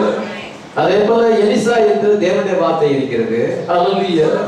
அந்த எல்டர்ஸ் எல்லாம் அவனை சுத்தி இருக்கிறாங்க. அவன் அவனுக்கு ஓபன் பண்ணி வார்த்தையை ஓபன் பண்ணுகிறான். ஹல்லேலூயா. என்ன வார்த்தையை ஓபன் பண்ணி இருப்பான்? Christ is a mystery of God revealed. ஹல்லேலூயா. கிறிஸ்து தம்மை திருடைய பரம ரகசியம், இயேசு கிறிஸ்துவின் வெளிப்பாடுதான் பரம ரகசியமாய் இருக்கிறது. ஹல்லேலூயா. கிறிஸ்து தேவனுடைய பரம ரகசியமாய் இருக்கிறார் என்ற செய்தியை சொல்லிக் கொடுக்கிறான். பேட் பெயின், பிரசவ வேதனை, பலகமானது பிரசவ வேதனை அறிவித்துக் கொண்டிருக்கிறது. மார்க் ஆஃப் தி பீஸ்ட், இப்பொழுது மார்க் ஆஃப் தி பீஸ்ட் வந்திருக்கிறது. சீல் ஆஃப் காட், விதமான செய்தியெல்லாம் போதித்துக் கொண்டிருக்கிறார். ஹல்லேலூயா. அவனை சுற்றி எல்டர்ஸ் வந்து தேவனுடைய வார்த்தையை கேட்டுக் கொண்டிருக்கிறாங்க. அங்க என்ன நடக்குது? பட்டினினால ஒட்டி தன்னுடைய குழந்தையை சாப்பிட்டு கொண்டிருக்கிறார். இதோ விலைவாசி ஏறி இருக்கிறது. இன்ஃபிளேஷன், கடுதலை 80 வெள்ளிக்காசுக்கு போகிறது. தனதான் முற்றுகை போட்டிருக்கிறார். ராஜா மாய்மானமாக இதோ இவனை கொலை செய்ய நடந்து கொள்வான். என்ன சொன்னாரு? He is bringing persecution upon the elect. Hallelujah. அவன் வந்து தேவனால் தெரிந்து கொள்ளப்பட்டவர்கள் மேல உபத்திரத்தை கொண்டு வர பார்க்கிறான். இவ்விதமான சூழலை மத்தியில எல்டர்ஸ் மத்தியில எலிசா உட்கார்ந்து கொண்டு தேவனுடைய வார்த்தை குறித்து ஐக்கியப்பட்டுக் கொண்டிருக்கிறார்கள். Hallelujah. They are in fellowship around the word of God. Hallelujah. தேவனுடைய வார்த்தையை சுற்றிலும் ஐக்கியப்பட்டுக் கொண்டிருக்கிறார்கள். எத்தனை பேர் இன்னைக்கு நம்ம அப்படி இருக்கிறோம்? Hallelujah. Fellowshipping with God and His children. Hallelujah. தேவனுடைய பிள்ளைகளோடும் தேவனோடும் நம்ம ஐக்கியப்பட்டுக் கொண்டிருக்கிறோம். Hallelujah. அந்த பைபிள்ல போடுங்க, எலிசா தன் வீட்டில் உட்கார்ந்து இருந்தான், மூப்பர்கள் அவனோடு உட்கார்ந்து இருந்தார்கள். Hallelujah. Elisa sat in the house and the elders sat with him. Hallelujah. என்ன பேசிக் கொண்டிருக்கிறார்கள்? தேவனுடைய வார்த்தையை பற்றி பேசிக் கொண்டிருக்கிறார்கள். இன்னைக்கு நம்ம தேவனுடைய வார்த்தையை கேட்க வந்திருக்கிறோம். Hallelujah. இதோ ராஜா வந்து பெர்சிக்யூஷன் கொண்டு வருகிறார். சகலமும் நன்மைக்கு ஏதுவாய் நடந்து கொண்டிருக்கிறது. Hallelujah. அவங்க ஒரு மெசேஜ்ல இருக்கிறாங்க. என்ன மெசேஜ்ல இருக்கிறாங்க? எலியாவின் செய்தியில இருக்கிறாங்க. Hallelujah. There are another message and the message. ஒரு செய்தியாளருடைய செய்திக்குள்ள இருக்கிறார்கள். ஏழாம் தூதனுடைய செய்திக்குள்ள இருக்கிறார்கள். ஏழாம் தூதன் என்ன செய்தார்? எலியா என்ன செய்தார்? வானத்தை அடைத்தார், வானத்தை திறந்தார். Hallelujah. நான் சொன்னால் ஒழிய வானத்துல மழை பெய்யாது, வானத்துல மழை பெய்யாது. வானத்தை பூட்டி வைத்தார். பின்பு அவன் ஜெபம் பண்ணினான், கர்த்தர் வானத்தை திறந்தார். Hallelujah. அந்த எலியா வானத்தை திறக்கவும் முடியும், வானத்தை பூட்ட முடியும். அபிதமான ஒரு செய்திக்குள்ள இருக்கிறார். இன்னைக்கு நம்ம எத்தனை அந்த செய்தி இருக்கிறோம்? பிளஸிங் நமக்கு வரும். பிளஸிங்கை ஸ்டாப் பண்ண முடியும். வார்த்தையை அவமதிக்கிறவர்களுக்கு பிளஸிங் ஸ்டாப் ஆகும். Hallelujah. மரியாதை இல்லாதவர், தேவனுடைய மனுஷனை குறித்தும் தேவனுடைய வார்த்தையை குறித்தும் மரியாதை இல்லாதவர்களுக்கு இதோ பிளஸிங் ஸ்டாப் ஆகும்.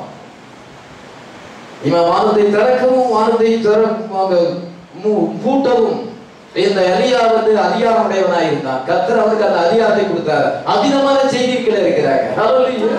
நம்ம அந்த மெசேஜ்ல இருக்கிறோம். Hallelujah. தேவனோடு லிங்க் உடையவனாய் இருக்கிறோம். Hallelujah. இது அன்சீன் வேர்ல்டோடு கூட, காணக்கூடாத அந்த உலகத்தோடு கூட எலியா லிங்க் வைத்திருந்தான். எலிசாவும் அந்த லிங்க் வைத்திருந்தான். Hallelujah. Link with Yahweh. Hallelujah. Link with heaven. Hallelujah. Access with God. தேவனோடு தொடர்பு கொள்வது. Hallelujah. இவன் தேவனோடு தொடர்பு கொண்டு இருக்கிறான். இதோ ஜனங்களும் தேவனோடு கூட தொடர்பு கொண்டு அவனை சுற்றி உட்கார்ந்து கொண்டிருக்கிறார்கள். Hallelujah. எவ்வளவு அருமையான காட்சி. இன்னைக்கு நம்ம அந்த காட்சி your fellowshipping around the word of God. Hallelujah. Access with God. Walking in perfect faith. Hallelujah. பரிபூர்ண விசுவாசத்திலே நடந்து கொண்டிருக்கிறோம். ஆமென். We have the mind of Christ. நமக்கு தேவனுடைய சிந்தை இருக்கிறது. Hallelujah. எலியாவுக்கு எலிசா தெரியுது. அவன் வந்து அவர் ஆள் வருகிறார், அவனுக்கு பின்னால் ராஜா வருகிறார். இது அந்த கொலைகாரனுடைய மகன் என்னுடைய தலையை வாங்க வருகிறான். அவனுக்கு பின்னாலே அவனுடைய எஜமானுடைய சத்தம் கேட்கிறது. அவன் வரும் பொழுது கதவை பூட்டி போடுங்கள் என்று சொல்கிறார். அந்த வசந்த வாசிக்கணும். அந்த கழுத்த வசந்த வாசி. இந்த ஆள் எலிசாவிற்கு வரும் முன்னே அவன் அந்த மூப்பரை நோக்கி, என் தலையை வாங்க அந்த கொலைபாதனுடைய மகன் ஆள் அனுப்பினான் பார்த்தீர்களா? அந்த ஆள் வரும்போது நீங்கள் அவனை உள்ளே வரவிட்டாமல் கதவை பூட்டி போடுங்கள். அவனுக்கு பின்னால் அவன் ஆண்டவனுடைய காலின் சத்தம் கேட்கிறது அல்லவா? அந்த கொலைகாரனுடைய மகன் வந்து ஒரு ஆளை அனுப்பினான், தலையை வாங்கும்படி அனுப்புறான். வர்றதுக்கு முன்னதாகவே எலிசாவுக்கு தெரியுது. Hallelujah. இன்னைக்கு நமக்கு எல்லாமே தெரியுது. Hallelujah. இனிமே என்ன நடக்க போது, உலகத்துல என்ன நடக்கும், எவ்விதமான சூழலை வரும், நமக்கு ஆண்டவர் வெளிப்படுத்தியிருக்கிறார். எத்தனை வெளிப்படுத்தியிருக்கிறார். ஆன்டி கிரைஸ்ட் பீரியட் வரும், மகா உபத்திர காலம் வரும், எக்ஸ்கியூஸ் வரும், நம்ம மேல போயிடும். இப்பொழுது அவனுக்கு எக்ஸ்கியூஸ், அவனுடைய தலையை வாங்க வேண்டிய, ஆனா தலையை வாங்க முடியாது. எத்தனை சொல்லுங்க தலையில் உள்ள மயிரெல்லாம் எண்ணப்பட்டது. Jesus numbered our hairs. Hallelujah.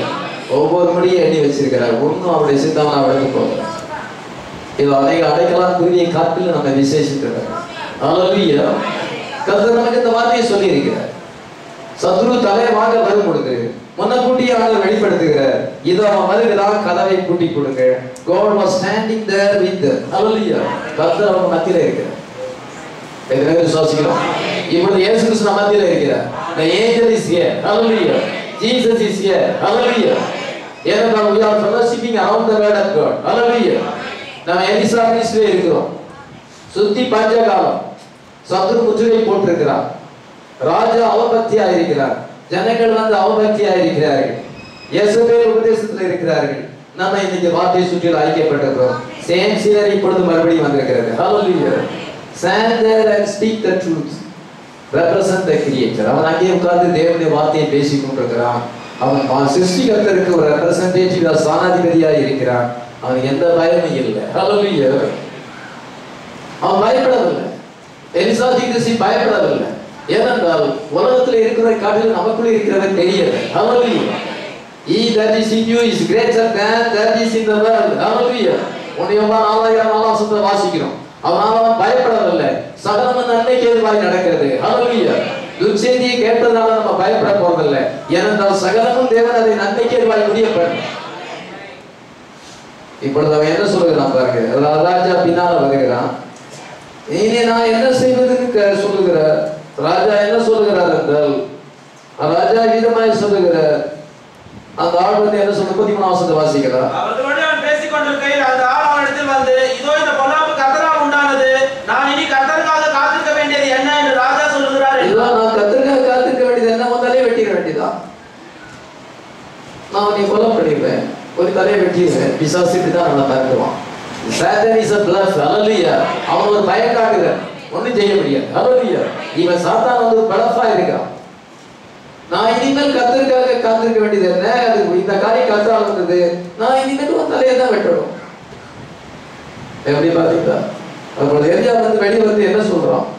7 வாசிங்க. அப்பொழுது எலிசா, கர்த்தருடைய வார்த்தையை கேளுங்கள். நாளை நேரத்தில் சமாரியாவின் வாசலிலே ஒரு மரக்கால் கோதுமை மா 1 சேக்கலுக்கும் 2 மரக்கால் வார்கோதுமை 1 சேக்கலுக்கும் விற்கப்படும் என்று கர்த்தர் சொல்லுகிறார் என்றார். சரி, அப்பொழுது எலிசா வெளியே வந்து வீட்டை விட்டு வெளியே வந்து அவங்கள பார்த்து சொல்லுகிறார். அந்த ராஜாவையும் அந்த பிரதானியை பார்த்து சொல்லுகிறார், கர்த்தருடைய வார்த்தையை கேளுங்க. Hallelujah. அந்த வேர்டு எவ்வளவு அழகா இருக்கு பாருங்க. கர்த்தருடைய வார்த்தையை கேளுங்கள். Hallelujah. Hear you the word of the Lord. Hear you the word of the Lord now. இப்பொழுது கர்த்தருடைய வார்த்தையை கேளுங்கள். Hallelujah. எலிசாவுடைய வாயிலிருந்து கர்த்தருடைய வார்த்தை வருகிறது. Hallelujah. அந்த சத்தமானது final voice to the final generation. இந்த கடைசி கால சந்ததிக்கு கடைசி சத்தம். ஏனா தூதனுடைய சத்தத்தை தொடர்ந்து மணவாட்டியின் சத்தம் வருகிறது. நீ தீர்க்கதரிசனம் உரை என்று ஆண்டவர் யோவானை பார்த்து சொன்னார். அதனால எலியாவின் நாட்களுக்கு பின்பு எலிசாவுடைய வாயில தேவனுடைய வார்த்தை இருக்கிறது. இன்னைக்கு நம்முடைய வாயில தேவனுடைய வார்த்தை இருக்கிறது. நம்முடைய மனசுல இருந்தா நம்முடைய வாயில அது வரும். இதயத்தின் நிறைவினால வாய் பேசும். நம்முடைய மனசுல தேவனுடைய வார்த்தை நிறைய இருந்தா நம்ம பேச சொல்லலாம், தேவனுடைய வார்த்தை தான் வரும். ஆசாரியர் விடுதலை அறிவை காக்க வேண்டும், வசனத்தை அவன் வாயிலே தேடுவார்களே. இவனுடைய வாயில தேவனுடைய வார்த்தை இருக்கிறது. ஆமென். கர்த்தருடைய வார்த்தையை கேளுங்கள். அந்த வார்த்தையானது புறப்பட்டு போனால் அற்புதத்தை கொண்டு வரும் என்று விசுவாசிக்கிறேன். அந்த மனசுல இருக்கும் வரைக்கும் அற்புதத்தை ஏற்படுத்தாது. அந்த வாயினால அறிக்கை செய்யும் பொழுது, அதை ப்ரொனன்சியேஷன் பண்ணும் பொழுது, உச்சரிக்கும் பொழுது அது நிறைவேறும். Hallelujah. இப்பொழுது நான் தேவனுடைய வார்த்தையை உங்கள் மேல் உச்சரிக்கும் பொழுது அந்த ஆசீர்வாதம் உங்கள் மேல் நிறைவேறும். அது என் மனசுக்குள்ள அடப்பட்டு கிடக்குது. நான் அதை ப்ரிப்பேர் பண்ணி வச்சிருக்கிறேன். ராத்திரி பகலா ப்ரிப்பேர் பண்ணி வச்சிருக்கிறேன். இப்போ வந்து அந்த வார்த்தையை நான் சொல்றேன். Hallelujah. சொல்லும் பொழுது உங்க மேல ஆசீர்வாதம் வரும். அது எனக்குள்ளே வச்சுட்டா வராது. அதான் தேவனுடைய வார்த்தையை கேளுங்கள். Final voice to the final generation. Hallelujah. ஏழாம் தூதனுடைய சத்தம் ஃபைனல் வாய்ஸ் அல்ல, மணவாட்டியின் சத்தம் ஃபைனல் வாய்ஸ் ஆயிருக்கிறது. Hallelujah. ஆனால் ஏழாம் தூதனுடைய கீழே தான் அந்த ஊழியம் இருக்குது. ஆமென். This is the final voice to the final age. Here, this is the bride under her messenger. மணவாட்டி செய்தியாளர் கீழே இருக்கிறார். எலிசா வந்து எலியா ஊழியத்துக்கு கீழே இருக்கிறார். அதுல இருந்து அவன் வார்த்தையை உரைக்கிறான். நம்ம மெசேஞ்சர் கீழே இருந்து 7ஆம் தூதன் கீழே இருந்து அந்த செய்தியில இருந்து நம்ம வார்த்தையை உரைக்கிறோம். ஹல்லேலூயா. இதுதான் ஃபைனல் வாய்ஸ். இன்னொரு வாயில் அது இருக்கு. அது வேற எங்கேயோ இல்லை, அது உன்னுடைய வாயில தான் இருக்கிறது என்று பைபிள்ல போட்டு. அந்த வசனத்தை வாசிக்கிறீங்களா? ரோமர் 10ஆம் அதிகாரம் 4-5 வாசிக்கிறோம். அது கிறிஸ்துவை இந்த வசனத்தை வாசிக்கிறோம். இந்த வார்த்தை உனக்கு சமீபமாய் உன் வாயிலும் உன் இருதயத்திலும் இருக்கிறது என்றும் சொல்கிறது. இந்த வார்த்தை நாங்கள் பிரசங்கிக்கிற விசுவாசின் வார்த்தையே. இதோ இந்த வார்த்தை உங்க வாயிலும் இதயத்திலே இருக்குது. இந்த வார்த்தையை நாங்கள் பிரசங்கிக்கிற விசுவாசின் வார்த்தை. கிறிஸ்துவை கொண்டு வரும்படி அவன் பரலோகத்துக்கு ஏற்பான் அல்லது அவரை கொண்டு வரும்படி பாதாளத்துக்கு இறங்கிறான். இல்ல, இந்த வார்த்தையும் வாயில இருக்கிறது. பரலோகத்திலேயே அது ரொம்ப தூரத்திலேயே இல்லை, நம்முடைய வாயில. ஆசீர்வாதம் எங்க இருக்குது? உங்க வாயில. மனம் ஜீவனும் நாவின் அதிகாரத்திலே என்ன சொல்றோமோ அது இப்படிதான் வரும். அது நம்முடைய இதயத்துல இருந்தா நம்முடைய வாயில வரும் பொழுது அந்த பிளஸிங் வருகிறது. ஹல்லேலூயா. மணவாட்டியினுடைய வாயின் வார்த்தையில அந்த பிளஸிங் இருக்கிறது. ஆமென். ஃபைனல் வாய்ஸ் அங்கே இருக்கிறது. அதனால கர்த்தருடைய வார்த்தையை கேளுங்கள் என்று சொல்லுகிறார். அதன் மீது தொடர்ந்து வாசிக்கிறார். 1ஆம் வசனம்.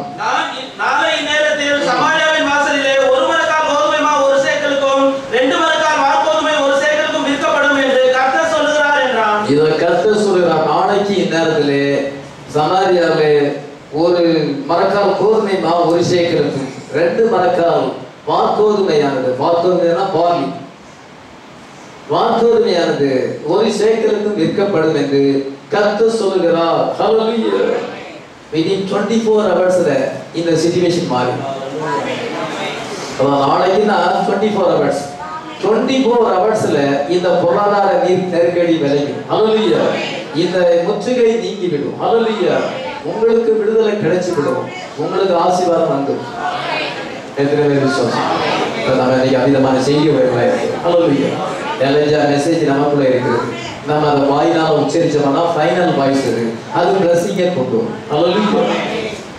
நம்மளால அரசியல்வாதிகள் என்ன செய்யறாங்க? வெங்காய விலை ஏறிச்சு, பருப்பு விலை ஏறிச்சு, இதோ பெட்ரோல் விலை ஏறிச்சு, நம்ம அதை எப்படி நம்ம ரெடியூஸ் பண்றது?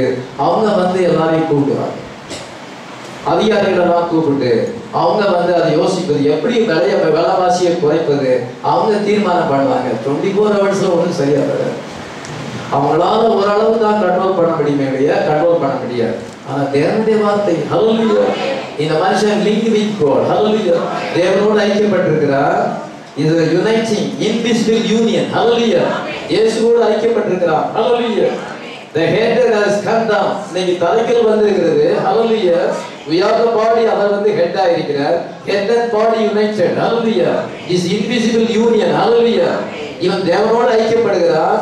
ராஜா என்ன செய்வார்? அதிகாரிகள் எல்லாம் கூப்பிடுவார், பிரைம் மினிஸ்டர் எல்லாத்தையும் கூப்பிட்டு எப்படி இன்ஃப்ளேஷன் ஓவர் ஆகிவிட்டது, விலைவாசி ஏறிவிட்டு எப்படி கொடுக்குது அதை தீர்மானம் போடுவாங்க. அதை செய்யணும், இதை செய்யணும், ஆலோசனை செய்வாங்க. இங்க அப்படி இல்லை, தேவனோடு ஐக்கியப்பட்டிருக்கிறோம். இதோ தேவனோடு நம்ம இன்னைக்கு ஐக்கியப்பட்டிருக்கிறோம், ஹல்லேலூயா. within 24 ஹவர்ஸ்ல நம்ம சிச்சுவேஷன் மாறிவிடும், ஹல்லேலூயா. உங்களுடைய பிரேயர் ரிக்வெஸ்ட் கேட்டுவிடும், ஹல்லேலூயா. உங்களுடைய வேதனைகள் நீங்கிடும், ஹல்லேலூயா. இதோ உங்களுக்கு டெலிவரன்ஸ் கிடைத்துவிடும். ஏனென்றால் தேவனோடு ஐக்கியப்பட்டு அவர் தான் எல்லாத்தையும் கண்ட்ரோல்ல வச்சிருக்கிறார், ஹல்லேலூயா. அரசியல்வாதிகள் அல்ல, ஏதோ பொருளாதார நிபுணர்கள் அல்ல, ஆர்பிஐ ரிசர்வ் பேங்க் அல்ல, ஹல்லேலூயா. கர்த்தர் எல்லாத்தையும் கண்ட்ரோல். என்ன விசுவாசம்? உங்கள் வாழ்க்கையில பொருளாதார நெருக்கடியை இதை கர்த்தர் சீர்படுத்தும். கர்த்தருடைய வார்த்தையை கீழ்படிச்சு ஒழுங்குகரமா இருந்தா தானே. தவறான உபதேசம் பண்றவங்க ஐக்கியப்பட்டுக்கிட்டு அங்கேயும் காடு மேல அடைஞ்சிக்கிட்டு ஒரு இடத்துல அடங்கி இருந்து இதை கொஞ்சம் கீழ்படியாம அங்கேயும் ஐக்கியம் வச்சா ஆண்டவர் எப்படி நமக்கு உதவி செய்வார்? நம்ம அங்கேயே ஐக்கியம் வைக்கிறது தேவனோட ஐக்கியம் வைக்கணும், ஹல்லேலூயா. கர்த்தருடைய பிள்ளைகளோட ஐக்கியம் வைக்கணும், ஹல்லேலூயா. இன்னைக்கு நம்ம சபையாக தேவனோட ஐக்கியம் வைத்திருக்கிறோம், ஹல்லேலூயா. நம்ம ஜெபிக்கும் பொழுது கர்த்தர் அந்த பொருளாதார நெருக்கடி 24 ஹவர்ஸ்ல நீங்கி விட்டது. ஃபுட் பிரைசஸ் குறைஞ்சு விட்டது, ஹல்லேலூயா. A man anointed with the word of God. ஒரு மனுஷன் தேவனுடைய ஆவினாலே அபிஷேகம் பண்ணப்பட்டவர் இங்கே இருக்கிறார், ஹல்லேலூயா. Invisible union, uniting with God, hallelujah. These things come in the days after Elijah the prophet. இதெல்லாம் எப்போ நடக்குது? எலியா தீர்க்கதரிசியின் காலத்துக்கு பின்பு. ஆண்டவர் 1946 இருந்து 1965 வரைக்கும் உபயோகப்படுத்தினார். கடைசி மெசேஜ் கம்யூனியன் இதை கிறிஸ்மஸுக்கு முதல் நாள் செய்தியை கொடுத்தார். கர்த்தர் காட்சி விட்டு எடுத்து விட்டார். ஹல்லேலூயா. நீங்க after the days of Elijah பொருளாதார நெருக்கடி வருகிறது. நான் நம்முடைய வாயில தேவனுடைய வார்த்தை இருக்கிறது. ஹல்லேலூயா. அந்த வார்த்தையை நம்ம உச்சரிக்கும் பொழுது, கன்ஃபஸ் பண்ணும் பொழுது, நீங்கள் அறிக்கை பண்ணுகிற பிரதான ஆசாரியர் இயேசு கிறிஸ்து அவர் பொருளாதாரத்தை கண்ட்ரோல் பண்ணுகிறார், உங்க வாழ்க்கையை கண்ட்ரோல் பண்ணுகிறார், உங்களுக்கு விடுதலையும் செழிப்பையும் எகானடிக் பூமியை கொண்டு வர முடியும். எதாவது விசுவாசம். ஒரு நாள்ல ஒரு மரக்கால் கோதுமை மாவானது ஒரு சேக்கலுக்கும், ஒரு மரம் 2 மரக்கால் மாக்கோதுமை ஆனது ஒரு சேக்கலுக்கு விற்கப்படும் என்று சொன்ன பொழுது அந்த பிரதானி என்ன சொல்கிறான்? அடுத்த புத்தகத்தை வாசிங்க. ராஜாவுக்கு கையினால் கொடுத்த பிரதானி ஒருவன் தேவனுடைய மனுஷனுக்கு பிரதியுத்தரமாக, இதோ கர்த்தர் வானத்திலே மகங்களை உண்டாக்கினாலும் இப்படி நடக்குமா என்றான். அதற்கு அவன், உன்னுடைய கண்களினால் அதை காண்பாய், ஆனாலும் அதிலே சாப்பிட மாட்டாய் என்றான். இதை பாருங்க, அவன் என்ன சொல்றான்? அந்த பிரதானி சொல்லுகிறான், அவன் ராஜாவுக்கு ரொம்ப அசிஸ்டன்ட். நீங்க பாத்தீங்கன்னா சீஃப் மினிஸ்டர் வர்றாருன்னா இன்னொரு மினிஸ்டர் பக்கத்துல நம்ம நெருங்கி நிற்பார். இப்போ பிரைம் மினிஸ்டர் நரேந்திர மோடி பக்கத்துல வெங்கையா நாயுடு நிற்கிறார். எல்லாமே இந்து மத தீவிரவாதிகள் தான். நெருங்கி தான் பிளான் பண்ணிட்டு பிளான் பண்ணிட்டு இருப்பாங்க. அது இதுன்னு அவங்க சொல்றது தான். அதே போல இவன் ரொம்ப அசிஸ்டண்டா இருக்கிறான், பக்கத்துல இருக்கிறான். இவன் ராஜா பேசுறதுன்னா இவன் முந்தி பேசுவான். ராஜாவுக்கு வலது கையா இருக்கிறான். இவன் என்ன செய்யறான்? கைலாந்து கொடுக்கிறவனாக இருக்கிறான். இவன் ஒரு பிரதானி என்று சொல்லப்பட்டிருக்குது, ஒரு டியூக் போல, பிரபு போல. இவன் என்ன ராஜாவுக்காக இவன் தான் பேசுவான். ராஜா பேசுறதுனால இவனே பேசிடுவான். அதிக பிரசங்கிவன். அவன் தானே ஒரு பெரிய போஸ்ட்ல இருக்கிறோம். நம்ம நினைச்சா எல்லாம் நடக்கும். அவ்விதமான ஒரு சாந்தலா இருக்கிறார். ஆனால் அவன் என்ன சொல்லுகிறான் என்றால், எலிசாபெத் சொல்லும் பொழுது, ஆனத்துல இருந்து மதங்களை திறந்து கொண்டா கூட இவ்வளவு சீப்பா வைக்காத. இவ்வளவு சீப்பா எப்படி வானத்துல இருந்து மதங்களை திறந்தா கூட, வானத்து கர்த்தர் வானத்துல மதங்களை உண்டாக்கினாலும் இப்படி நடக்குமோ என்றான். அப்பொழுது பாருங்க, இதை எலிசாபெத் சொல்றாரு, உன் கண்களினால் அதை காண்பாய், தேவனுடைய வார்த்தை நிறைவேறதை காண்பாய். ஹல்லேலூயா. ஆனா நீ அதை அறிவிக்க மாட்டா, புசிக்க மாட்டா. ஏன் அது அப்படி அவனுக்கு வந்தது? ஆனால் தேவனுடைய வார்த்தையை அவன் அவமதிக்கிறான். ஹல்லேலூயா. தேவனுடைய வார்த்தையை அவமதிப்பு, தேவனுடைய மனுஷனையும் தேவனுடைய வார்த்தையை அவமதிப்பு. தன்னுடைய சொந்த கருத்தை சொல்கிறான். அவன் தன்னுடைய மூலப்படி யோசிக்கிறான். இவன் மூலப்படி யோசிக்கிறார். ஹல்லேலூயா. தன்னுடைய மாம்சத்தின்படி சிந்திக்காதபடி தேவன் என்ன சொல்லுகிறார்? கர்த்தர் சொல்லுகிறார். ஹல்லேலூயா. இவன் எப்படி நான் இவ்வளவு பொருளாதார நெருக்கடியில நான் 24 மணி நேரத்துக்குள்ள இப்படி எப்படி மாறும்? மாம்சத்தின்படி சிந்திக்கிறார். அதனால இவனுடைய irrespect, disrespectful, irreverent, proud, arrogant. இந்த மனுஷன் proud and arrogant உடையவன். ஏன்னா ராஜாவுக்கு அசிஸ்டன்ட் ஆயிருக்கிறான், செல்வாக்குடையவனாக இருக்கிறார். இதனால அவனுக்கு ப்ரௌடு, அவனுக்கு அரோகன்ட் நேச்சர் அவனுக்கு இருந்தது. அவன் தேவனுடைய மனுஷனையும் தேவனுடைய வார்த்தையும் மதிக்கல. அவன் மேல அவனுக்கு என்ன சாபம் வந்தது?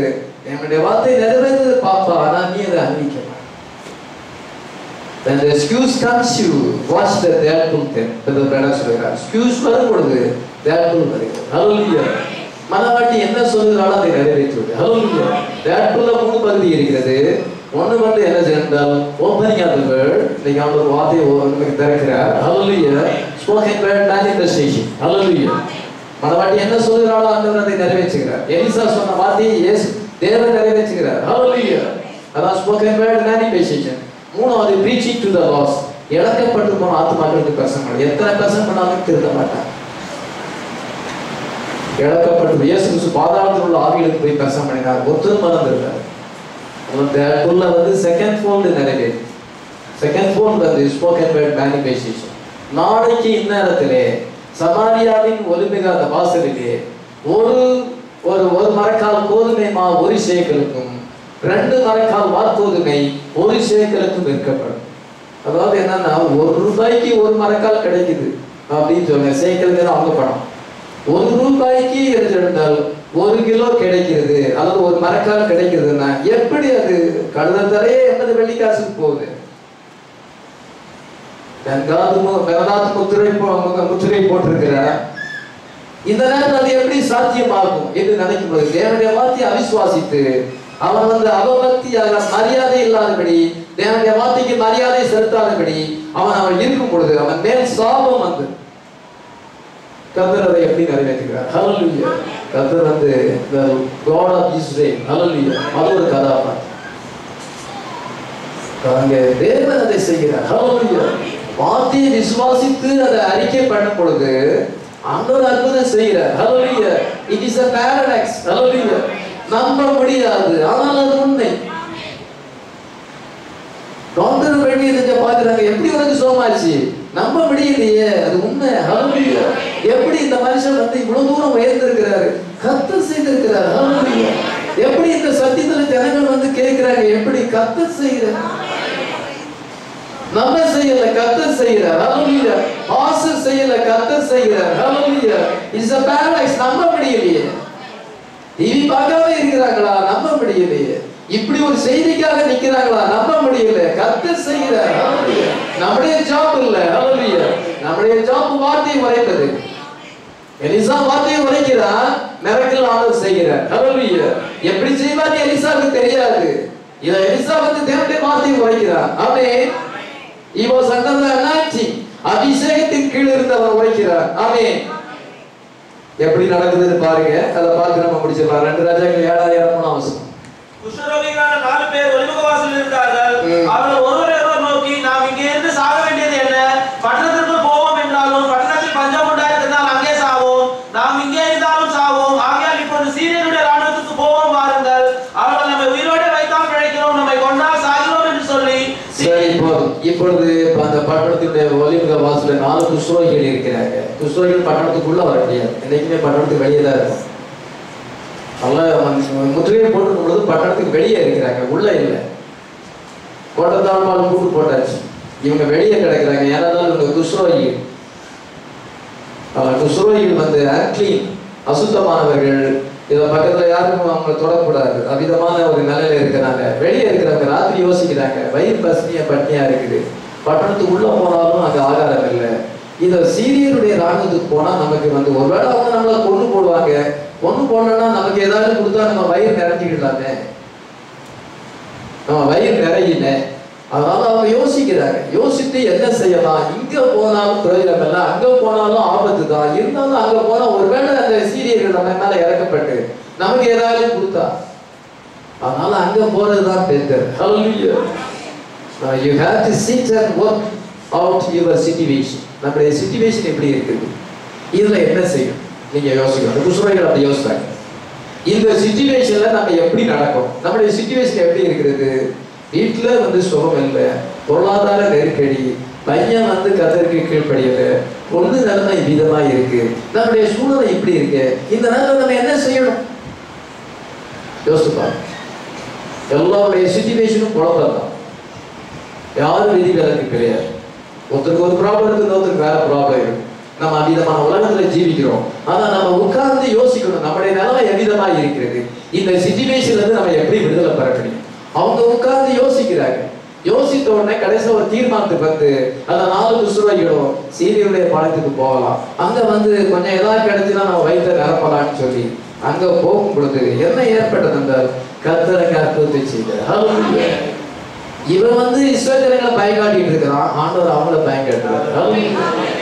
இன்னைக்கு வந்து அரசாங்கம் வந்து கிறிஸ்தவங்களை பயங்காட்டு, யாரும் இருந்தாலும் கட்டாயம் மதமாற்றம் செய்யக்கூடாது. மதமாற்றம் செஞ்சா அப்படின்னு ஒரு சட்டத்தை கொண்டு அவங்களை எப்படி நம்ம ஜெயில போடலாம். மதமாற்றமே ஒருத்தர் கூட செய்யாதபடி பண்ணணும். அவன் ஒரு பிளஃபா இருக்கிறான். இந்த நியூ கவர்மெண்ட் வந்ததுல இருந்து கிறிஸ்தவங்களுக்கு ஒரு பயம், கிறிஸ்தவங்களை பயம் காட்டுறது. கர்த்தர் அவங்கள பயம் காட்டுறாரு.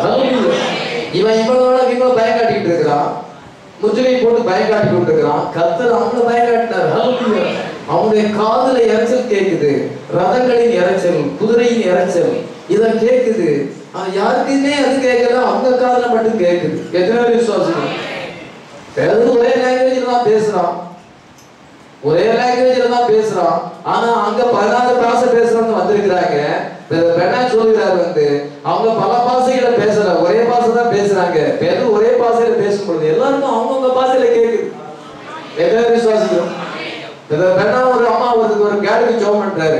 ஜோம் பண்ணும் பொழுது என்ன செய்யறாரு, அது ஸ்பானிஷ் பேசுற ஒரு கேள் வந்து வயிற்று வலியில குடியா குடிக்குது. நீ இது மக்காச்சோளத்தை நிறைய சாப்பிட்டுட்டா, வறுத்து நிறைய சாப்பிட்டுட்டா, அதனால உனக்கு வயிற்று வலி வந்திருக்குது. இயேசு கிறிஸ்து உன்னை சுகமாக்குறாருன்னு சொல்றாரு. சொல்லும் பொழுது ஆங்கிலத்துல சொல்லுங்கன்னு பக்கத்துல டிரான்ஸ்லேட்டர் கேட்கும் பொழுது அந்த கேட் சொல்லுது, அவர்தான் நல்லா ஸ்பானிஷ் பேசுறாரு. சரி, டேப்ப போட்டு கேட்போம், நான் ஸ்பானிஷ் பேசுறேனா இங்கிலீஷ் பேசுறேனா? இங்கிலீஷ் தான் பேசியிருக்கிறாரு. ஹல்லேலூயா. அவளுக்கு காதுல ஸ்பானிஷ் கேட்குது. பேதுரு சொன்னாங்க, பேதுரு அவன் பாருங்க ஒரே பாசையில தான் பேசுறான், அவங்க காதுல அந்த மாதிரி கேட்குது. ஆண்டவர் அப்படி செய்ய முடியும். ஹல்லேலூயா. இன்னைக்கு பெந்தகோஸ்துல என்னெல்லாம் பேசுறாங்க, ஒன்னும் அர்த்தம் இல்லை.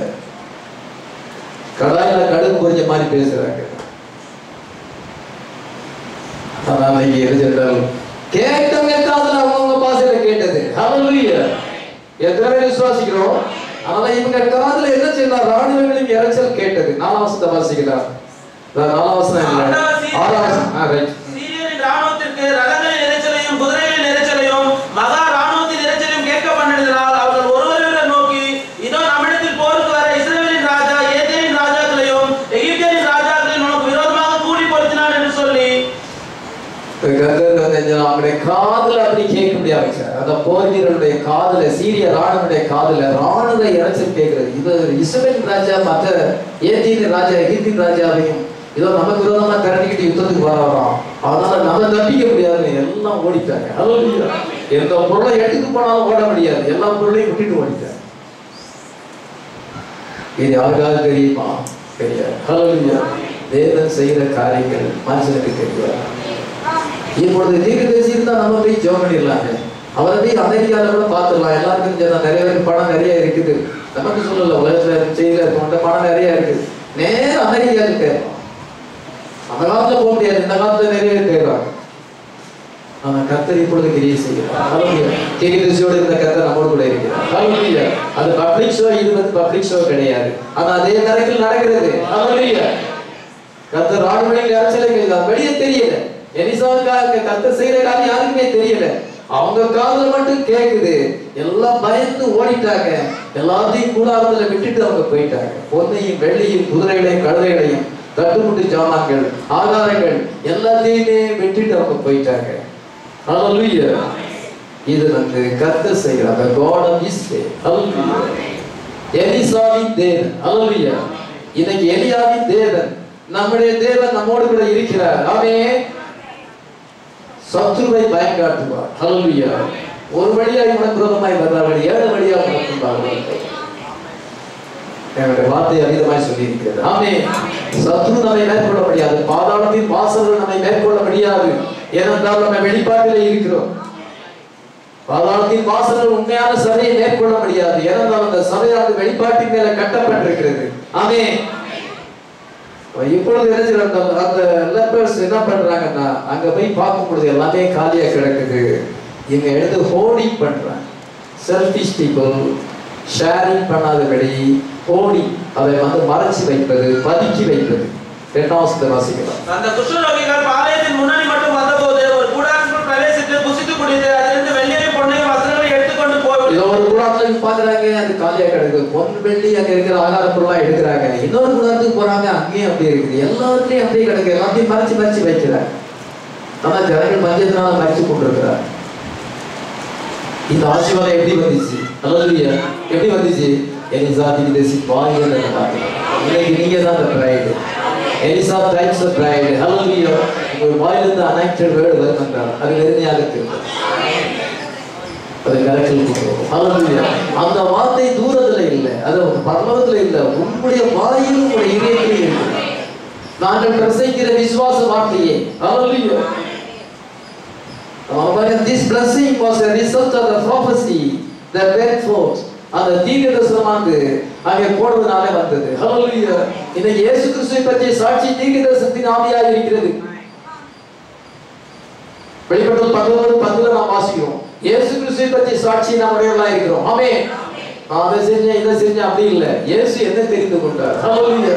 உலகத்துக்கு அவருடைய சிந்தையில இருந்தேன். இது அவர் என்னை அழைத்தார், என்னை தெரிந்து கொண்டார், என்னை அனாயிண்ட் பண்ணினார், எனக்கு தன்னை வெளிப்படுத்தினார். ஹல்லேலூயா. எனக்கு அவர் இந்த மாதிரி கிரேஸ் தந்திருக்கிறார். அவரை பற்றிய சாட்சி. நான் அதை செஞ்சேன் இதை செஞ்சேன் அப்படி செஞ்சேன் இப்படி செஞ்சேன். நான் ஒரிசா போனேன், நான் லண்டன் போனேன், அமெரிக்கா போனேன், அங்க போய் பெரிய கூட்டம் நடத்தினேன். அந்த மாதிரி நம்ம சாட்சி அப்படி கிடையாது. ஹல்லேலூயா. கர்த்தர் நமக்கு செய்த கிருபைகளை சொல்லுங்க. அவர் உலகத்துக்கு முன்னாடி நமக்கு என்ன செய்தார், 2000 வருஷத்துக்கு முன்னாடி என்ன செய்தார், இப்பொழுது என்ன செய்தார், அதை நம்ம பேசுறதுதான் testimony of Jesus Christ. Testimony அப்படின்னா இருக்கிறோம்.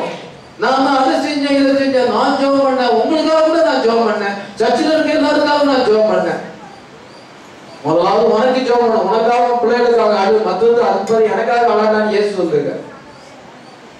உனால மாறட்டும், நான் அதை செஞ்சேன் இதை செஞ்சேன்னு சொல்லிட்டு பெருமை பாராட்டினா அந்த சாட்சி ஏற்றுக்கொள்றது கிடையாது. இயேசு எனக்கு என்ன செய்தார், உலக தோற்றத்துக்கு முன்னாடி என்னை தெரிந்து கொண்டார், 2000 வருஷத்துக்கு முன்னாடி அவர் பிரைஸ் பே பண்ணார், இந்த கடைசி காலத்துல எனக்கு வந்து வார்த்தை வெளிப்படுத்தி இருக்கிறார். That's the testimony. அதான் testimony of Jesus Christ. Hallelujah. நம்ம இன்னைக்கு அந்த டெஸ்டிமனி சொல்றோம். பெந்தெகோஸ்தேக்காரங்க சொல்ற டெஸ்டிமனி இல்ல. அவன் நான் அப்படி ஜெபம் பண்ணா, நான் அவங்களுக்கு போய் ஜெபம் பண்ணா, அவங்க சோமாயிட்டாங்க, அவங்க நடந்துட்டாங்க, இங்க எப்படி செஞ்சிட்டாங்க, அவங்க தங்களை தாங்களே பெருமைப்படுத்திக் கொள்ளுங்க. நம்ம அப்படி இல்ல. Testimony of Jesus Christ, revelation of Jesus Christ. Hallelujah. இவங்க எதுக்கு அடையாளமா இருக்கிறாங்க? நான் ஃபூலிஷ் வெர்ஜின்ஸ் அடையாளமா. இந்த குஷ்டரோகிகள் ஃபூலிஷ் வெர்ஜினுக்கு அடையாளமா இருக்கிறார்கள். This is a good feature of the foolish virgins.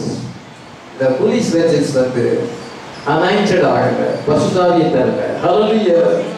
ஆனா இவங்க வந்து செய்தியை கொண்டு சொல்றாங்க. ஹalleluya. கொஞ்சம் கன்வின்ஸ் ஆனாங்க, நம்ம இப்படி செய்யறது சரியில்லை, நாளைக்கு நம்ம மேல அந்த பழி சுமந்துரும், அரண்மனைக்கு போய் இந்த செய்தியை சொல்லுவோம். என்ன செய்தியை சொல்லுவோம்? We are delivered. Hallelujah. நாம் விடுதலை ஆகிவிட்டோம். There is no enemy. சத்ரு இல்லை, சத்ரு ஓடிவிட்டார். There is plenty out there, enough for everybody. ஒவ்வொருத்தருக்கும் தேவையான நிறைய இருக்கு. Hallelujah. உங்களுடைய குட் நியூஸ்ல 3 காரியம் இருக்குது. ஹalleluya. என்னது? நாம் விடுதலை ஆக்கப்பட்டிருக்கிறோம். அவர் நம்மை சாபத்திலிருந்து விடுதலை ஆக்கினார், பாவத்திலிருந்து விடுதலை ஆக்கினார். ஹalleluya. We are the sons and daughters of God. நாம் தேவனுடைய குமாரரும் குமாரத்திகளுமாய் இருக்கிறோம். ஆமென். We are delivered. Hallelujah. அது மாத்திரமல்ல, the enemy is gone. Hallelujah. சத்ரு ஓடிவிட்டார். There is no enemy. அது மாத்திரமல்ல, எல்லாருக்கும் நிறைய இருக்குது, ஒவ்வொருத்தருக்கும் தேவையான எல்லாம் நிறைய.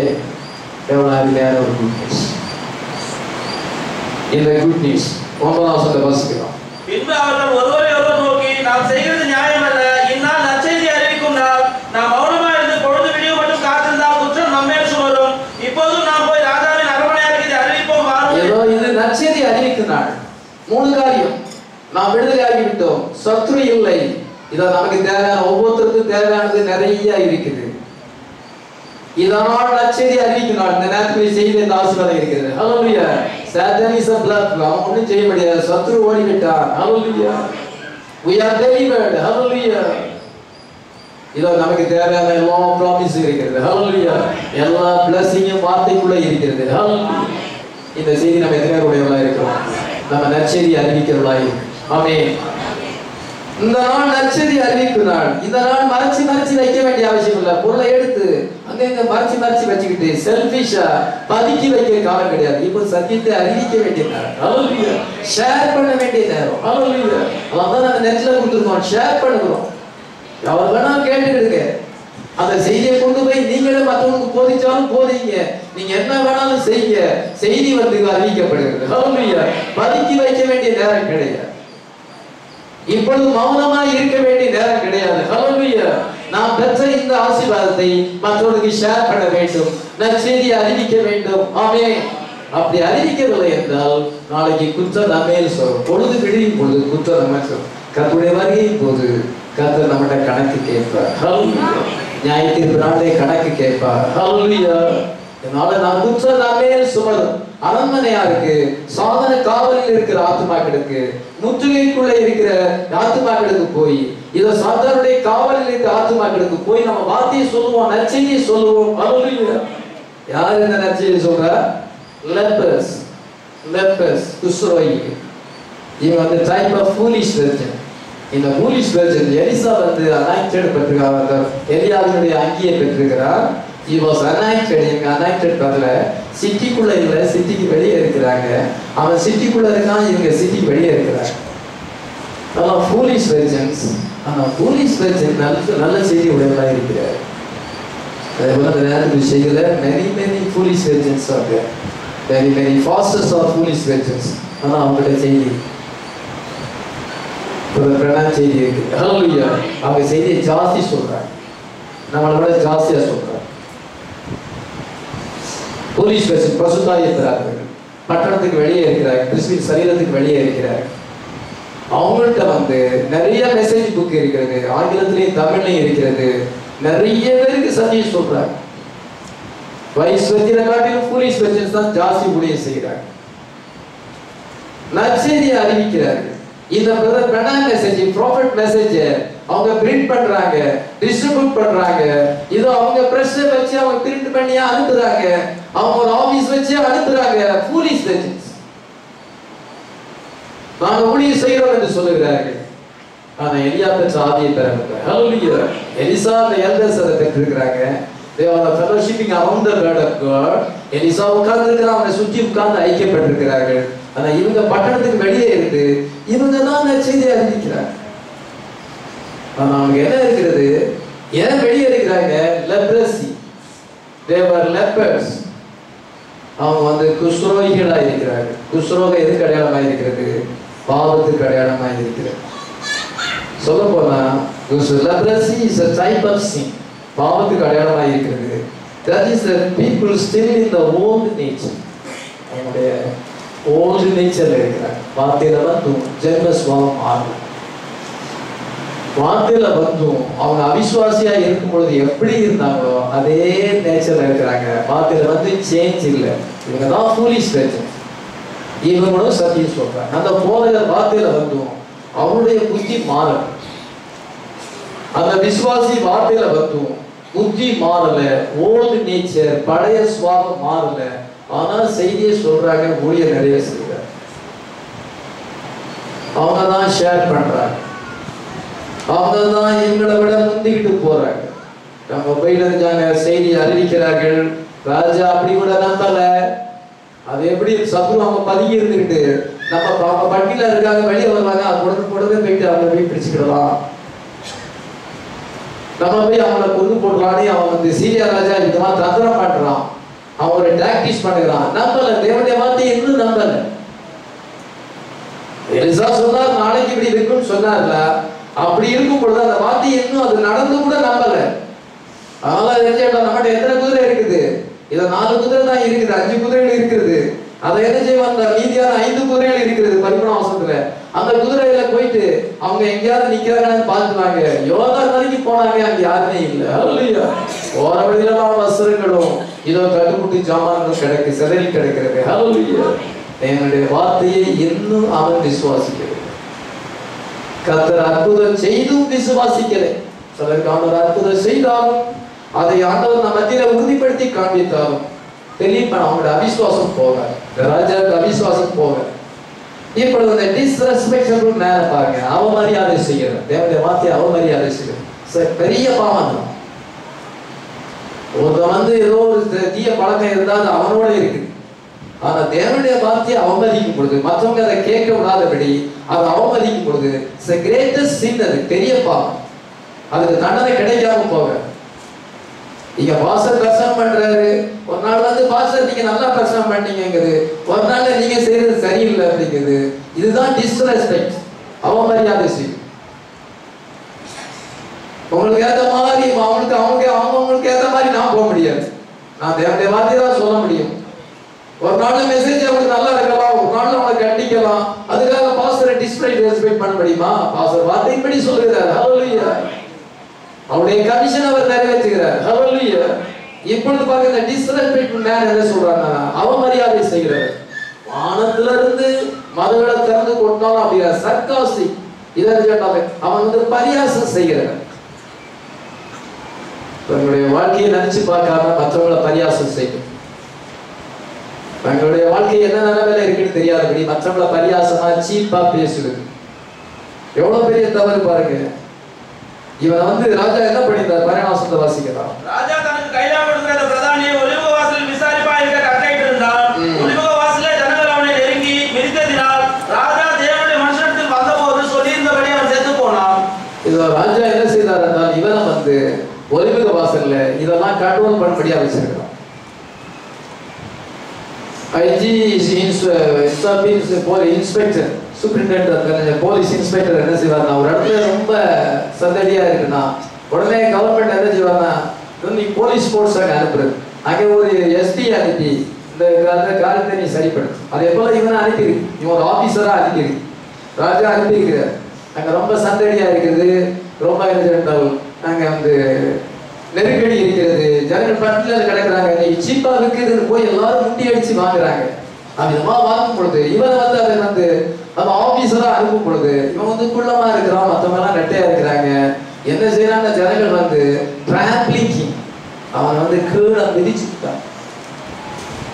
இப்போ அவன் பிச்சைக்காரன் காலங்கள இருக்கிறான். பிச்சைக்காரங்க கூட இதை முண்டி அடிச்சு போய் அங்க வந்து ஆகாரத்தை வாங்கும் பொழுது ஒரு நாள் பட்டியல கிடந்துருக்கிறாங்க. அவங்க வந்து வாங்க ஒரு இடத்துல சேலை கொடுக்குறான்னு சொல்லி போயிட்டு எத்தனை பேரை செத்து போயிட்டாங்க. ஒருத்தர் மேல ஒருத்தர் போயிட்டு மூச்சு போயிடுறாங்க. ஏதோ கவர்மெண்ட்ல இதை ரூபாய் கொடுக்குறாங்க, வெள்ள நிவாரண நிதி கொடுக்குறாங்க, அங்க போய் மோதி சாகுறாங்க. அதே போல இவன் வந்து என்ன செய்யறான்னா, ஏழைகள் காலின் கீழே நசுக்கப்பட்டு இவன் செத்து போனான். கர்த்தர் சொன்ன வார்த்தை நிறைவேறுகிறது. நீ அதை கண்ணால காண்பாய், ஆனாலும் அதை புசிக்க மாட்டாய். அவன் புசிப்பதற்குள்ளதாக அவன் மரித்து விட்டான். கர்த்தருடைய வார்த்தையானது ஒரு பக்கம் ஆசீர்வாதமும் இன்னொரு பக்கம் காட்டாங்க. அதை விசுவாசிக்கிறவனுக்கு, அதை மரியாதை கொடுக்கிறவனுக்கு, அவங்க ரெஸ்பெக்ட் பண்றவனுக்கு பிளஸிங் வருகிறது. அதுக்கு தங்களை தாழ்த்துறவர்கள், தேவனுடைய வார்த்தைக்கு தங்களை தாழ்த்துறவர்களுக்கு ஆண்டவர் ஆசீர்வாதத்தையும், எதிர்த்து நிற்கிறவர்கள் பரியாசம் பண்ணவர்களுக்கு தண்டனையும் அங்கே கிடைத்தது. இந்த நேரத்துக்கு செய்தி அப்படித்தான். எத்தனை பேர் விசுவாசிக்கிறோம்? கர்த்தர் அற்புதத்தை செய்தார். வானத்தின் பறவைகளே திறந்தால் கூட அப்படி நடக்காது. நீ சொல்ற வார்த்தை எப்படி நம்ப முடியும் சொன்னா, இத நடந்தது.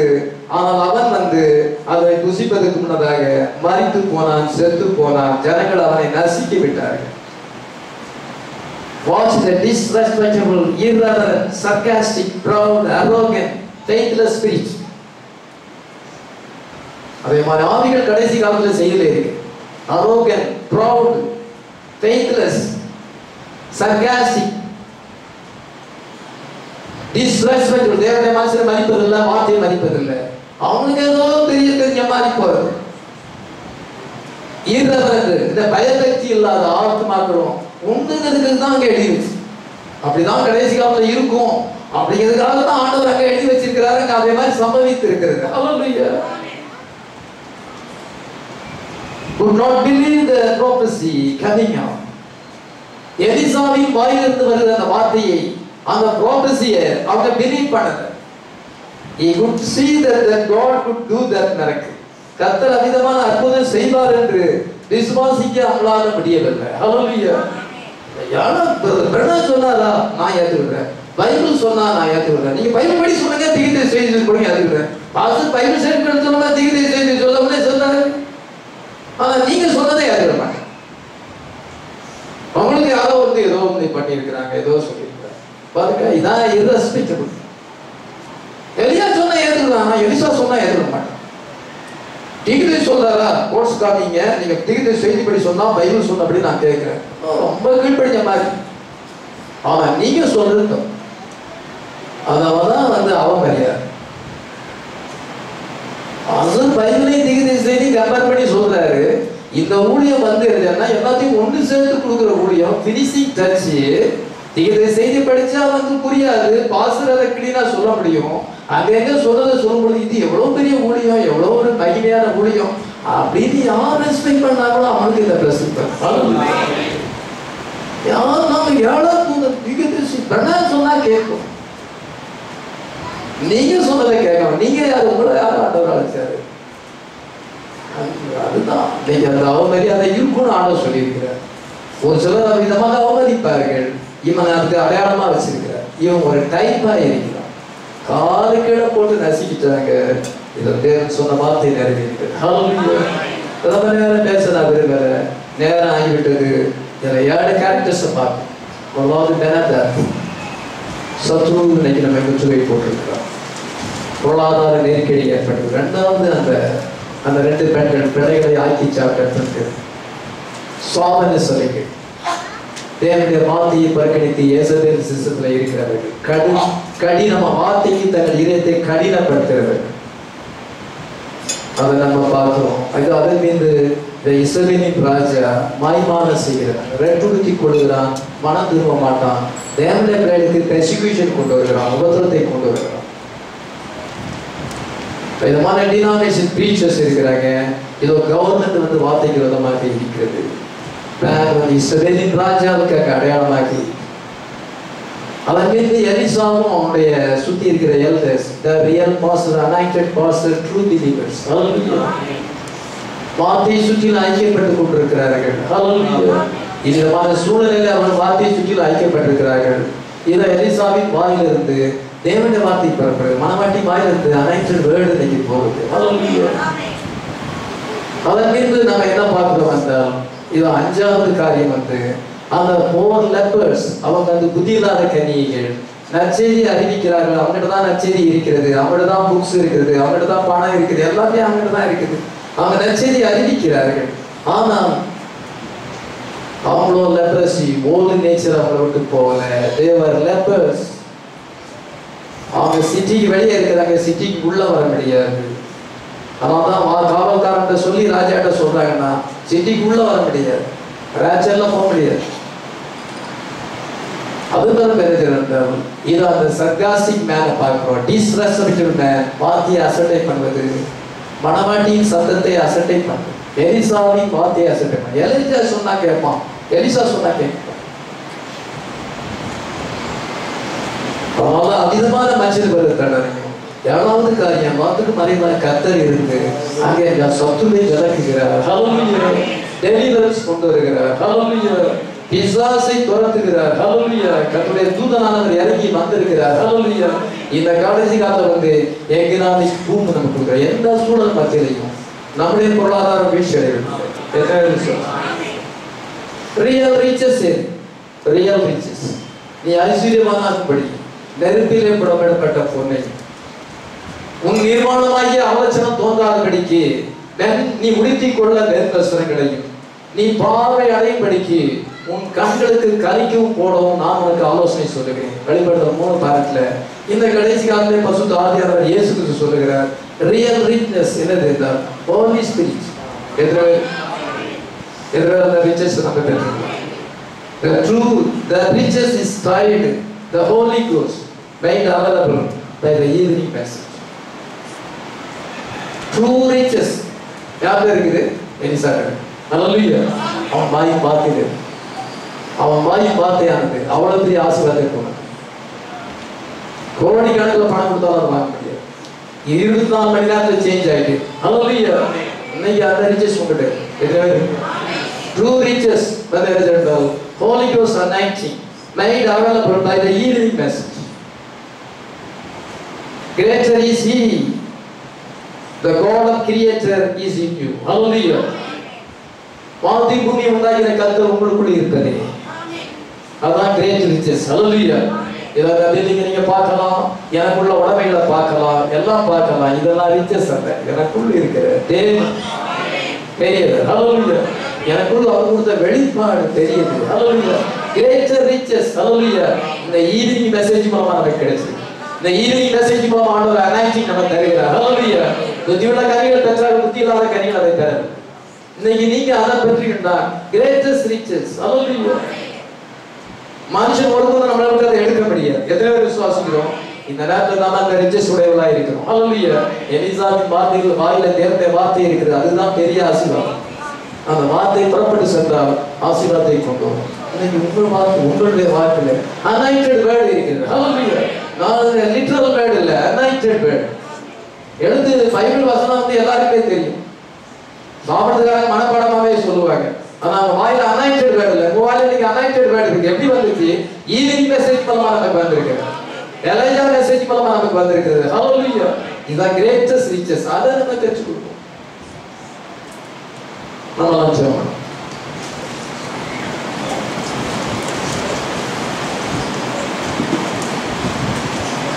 நம்மளாம் மாடல் பண்ணிட்டு கருத்தை நோக்கி பார்ப்போம். கருத்து நமக்கு அறிஞ வார்த்தைக்காக அதே சிச்சுவேஷன் வந்திருக்கு. அந்த 7 things இன்றைக்கு நமக்கு கர்த்தர் நமக்குள்ளே எலஞ்சா அந்த எல்டர்ஸ் நம்ம இன்னைக்கு அந்த குரூப்ல எலியாவும் அந்த மூப்பர்கள் எலியா உட்கார்ந்து கொண்டிருக்கிறான், மூப்பர்கள் அவனை சுற்றி உட்கார்ந்து கொண்டு they were discussing the word of God. எலஞ்சா வார்த்தை அங்க ஓபன் பண்ணுகிறான், அவன் வாயிலிருந்து வார்த்தை புறப்படுகிறது. அது வெறுமையாக திரும்பவில்லை, அது பெரிய ஆசீர்வாதம்.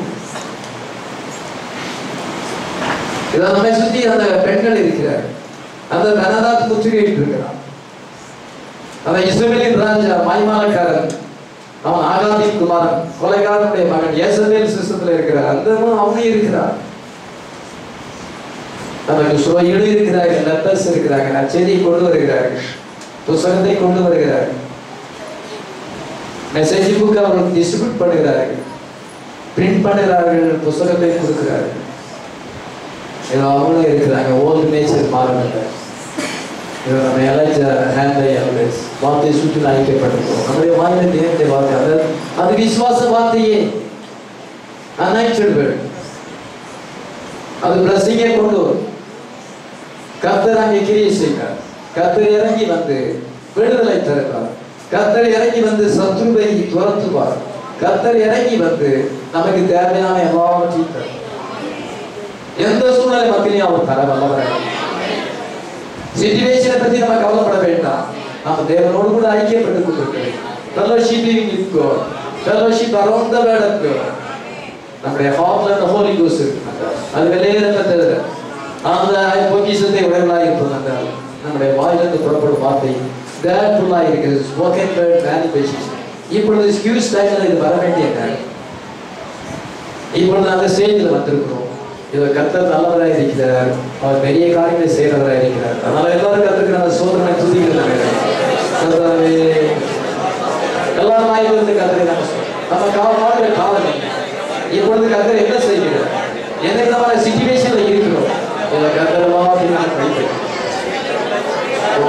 இப்பொழுது நம்ம ஆசீர்வாதத்தை பெற வேண்டியது, இப்பொழுது வார்த்தையை உரைக்க வேண்டியது. அந்த கர்த்தருக்கு நல்லா சோதனை இருக்கும்.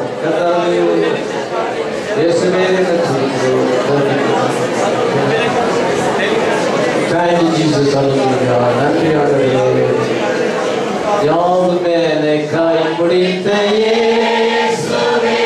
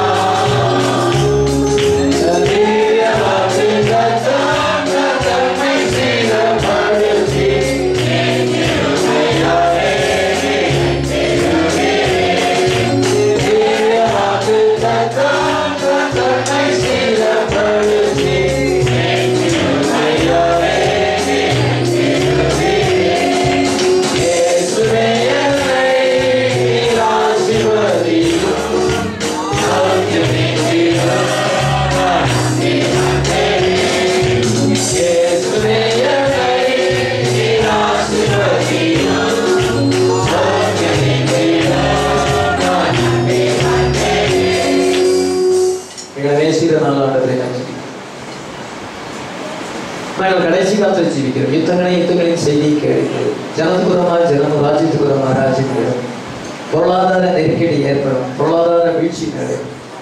அவங்க ஆன்டி கிரைஸ்டை கொண்டு வந்து சரி பண்ண பார்த்தாங்க. அவங்க எங்களுக்கு நீ ஸ்போக்கன் வேர்ட் மேனிஃபெஸ்டேஷன் டூல் கொடுத்துருக்கு. நாங்கள் இப்பொழுது வார்த்தையை சுற்றி ஐக்கியப்படுறோம். அந்த மகா உபத்திர காலம் வரப்படுது, எங்களை நீ தப்பி வைத்து மேலே எடுத்து செல்வீங்க. இப்பொழுது அந்த சமாரியாவில் ஏற்பட்ட பஞ்சம் போல அவ்விதமான ஒரு நாள் வந்திருக்கிறது. சத்ரு சூட மதில் போட்டு அவன் முற்றுகை போட்டிருக்கிறான். விசுவாசனுடைய ஆவிகள் இன்னைக்கு உலகத்தை சூழ்ந்திருக்கிறது. அதிக பொல்லாப்பான காலத்தில் அதனால எங்களுக்கு ஆண்டவரே நீர் எலியாவின் மெசேஜ் அந்த மெசேஜை சுற்றி நான் ஐக்கியப்பட்டு இன்விசிபிள் யூனியன் காணக்கூடாத இணைப்பிலே தான் எங்களுடைய வாயில தேவனுடைய வார்த்தை உலகமானது கொடூரமாக இருக்கிறது. விதமான ஒரு சூழ்நிலை இருக்கும் பொழுது ஆண்டவரே நீ நாமே உரைக்கப்பட்ட வார்த்தை எங்கள் வாழ்க்கையிலே நிறைவேறுகிறது. நாங்கள் அதை பிரியப்படுவோம், அதற்கு மரியாதை செலுத்தி அதற்கு எங்களை தாழ்த்தி அதை நேசித்து நாங்கள் அந்த ஸ்போக்கன் வேர்டை பிலீவ் பண்ணுவோம். எங்களை வாயினாலே அறிக்கை செய்வோம். எங்கள் வாழ்க்கையில பெரிய ஆசீர்வாதத்தை எங்களுடைய சிச்சுவேஷன் எல்லாத்தையுமே மாற்றி எங்களுக்கு மகத்தான விடுதலை தருவீங்க. எங்களுக்கு தேவையான எல்லா நன்மைகளையும் நீர் எங்களுக்கு சம்பூர்ணமாய் கொடுக்கிற தேவனாய் இருக்கிறீங்க. உங்களுடைய வார்த்தை அதிகமாய் சொல்லியிருக்கிறது. நாங்கள் அதை விசுவாசிக்கிறோம். கர்த்தாவே நீ பெரிய காரியங்களை செய்கிறவராய் மனதால் போயிருக்கிற ஒவ்வொரு வாழ்க்கையிலையும் அந்த ஸ்போக்கன் வேர்ட் மேனிஃபெஸ்டேஷன் பண்ணும். ஆனால் பசுதாதி என்ற விலையேறப்பட்ட அரசியலாக Christ in you the hope of glory. கிறிஸ்து எங்களுக்குள் இருப்பதே அந்த மகிமையின் நம்பிக்கையாக இருக்கு. அதை உடையவர்களாக இருக்கத்தக்கதாக அந்த விலையேறப்பட்ட ஆசீர்வாதம் எங்களுக்குள்ளே இருக்கும். நாங்கள் வார்த்தையை அறிக்கை பண்ணப்படுவதெல்லாம், நாங்கள் ஜெபிக்கப்படுவதெல்லாம், நாங்கள் வார்த்தையை பிலீவ் பண்ணப்படுவதெல்லாம் நீ எங்கள் வாழ்க்கையில அற்புதங்களை செய்யும். நம்ப முடியாத காரியங்களை செய்யும். மனுஷனால் நம்ப முடியாத காரியம் ஆண்டவரே நீ அமிதமான சிச்சுவேஷனை சேஞ்ச் பண்ணுங்க. உங்களுடைய பிள்ளைகளுடைய வாழ்க்கையில எல்லா சிச்சுவேஷனையும் சேஞ்ச் பண்ணுங்க. சத்து கொண்டு வருகிற எல்லா விதமான குழப்பங்கள் நெருக்கடியில் இருக்கு முற்றிலுமான விடுதலை தருவீங்க. இந்த 7 காரியங்களை நாங்கள் இங்கே பார்த்த காரியம் இப்பொழுது இந்த சீனரி மறுபடியும் வந்திருக்கிறது. நமக்கு சமாதியால் வந்த சூழலை மறுபடியும் வந்திருக்கிறது. நாங்கள் ரேச்சரை எதிர்நோக்கிருக்கோம். கர்த்தாவே நீர் எங்களை ஆயத்தப்படுத்துவீங்க. நாங்கள் ஸ்போக்கன் வேர்டு உடையவர்களாக இருக்கிறது. வாயில இந்த ஸ்போக்கன் வேர்டு நீ தருவீங்க. தேவக்குள் எங்களுக்கு அடையாது கிளைமேக்ஸ்ல வரட்டும். கர்த்தாவே துதிக்கிறோம். விசுவாச வார்த்தையை நீ நிறைவேற்றுற தேவனாக இருக்கீங்க. இந்த மலையை பார்த்து போ என்று சொன்னால் அது போகும் என்று சொல்லுங்க. அவ்விதமான ஒரு காலத்திலே நாங்கள் எதிர்நோக்கி இருக்கிறோம். நீதாமே ஆசீர்வதி மனதால் போயிட்டு அனைவரையும் நீர் ஆசீர்வதிக்கிறாங்க. கர்த்தராகிய இயேசுவின் நாமத்தில் வேண்டிக் கொள்கிறோம். பாடலை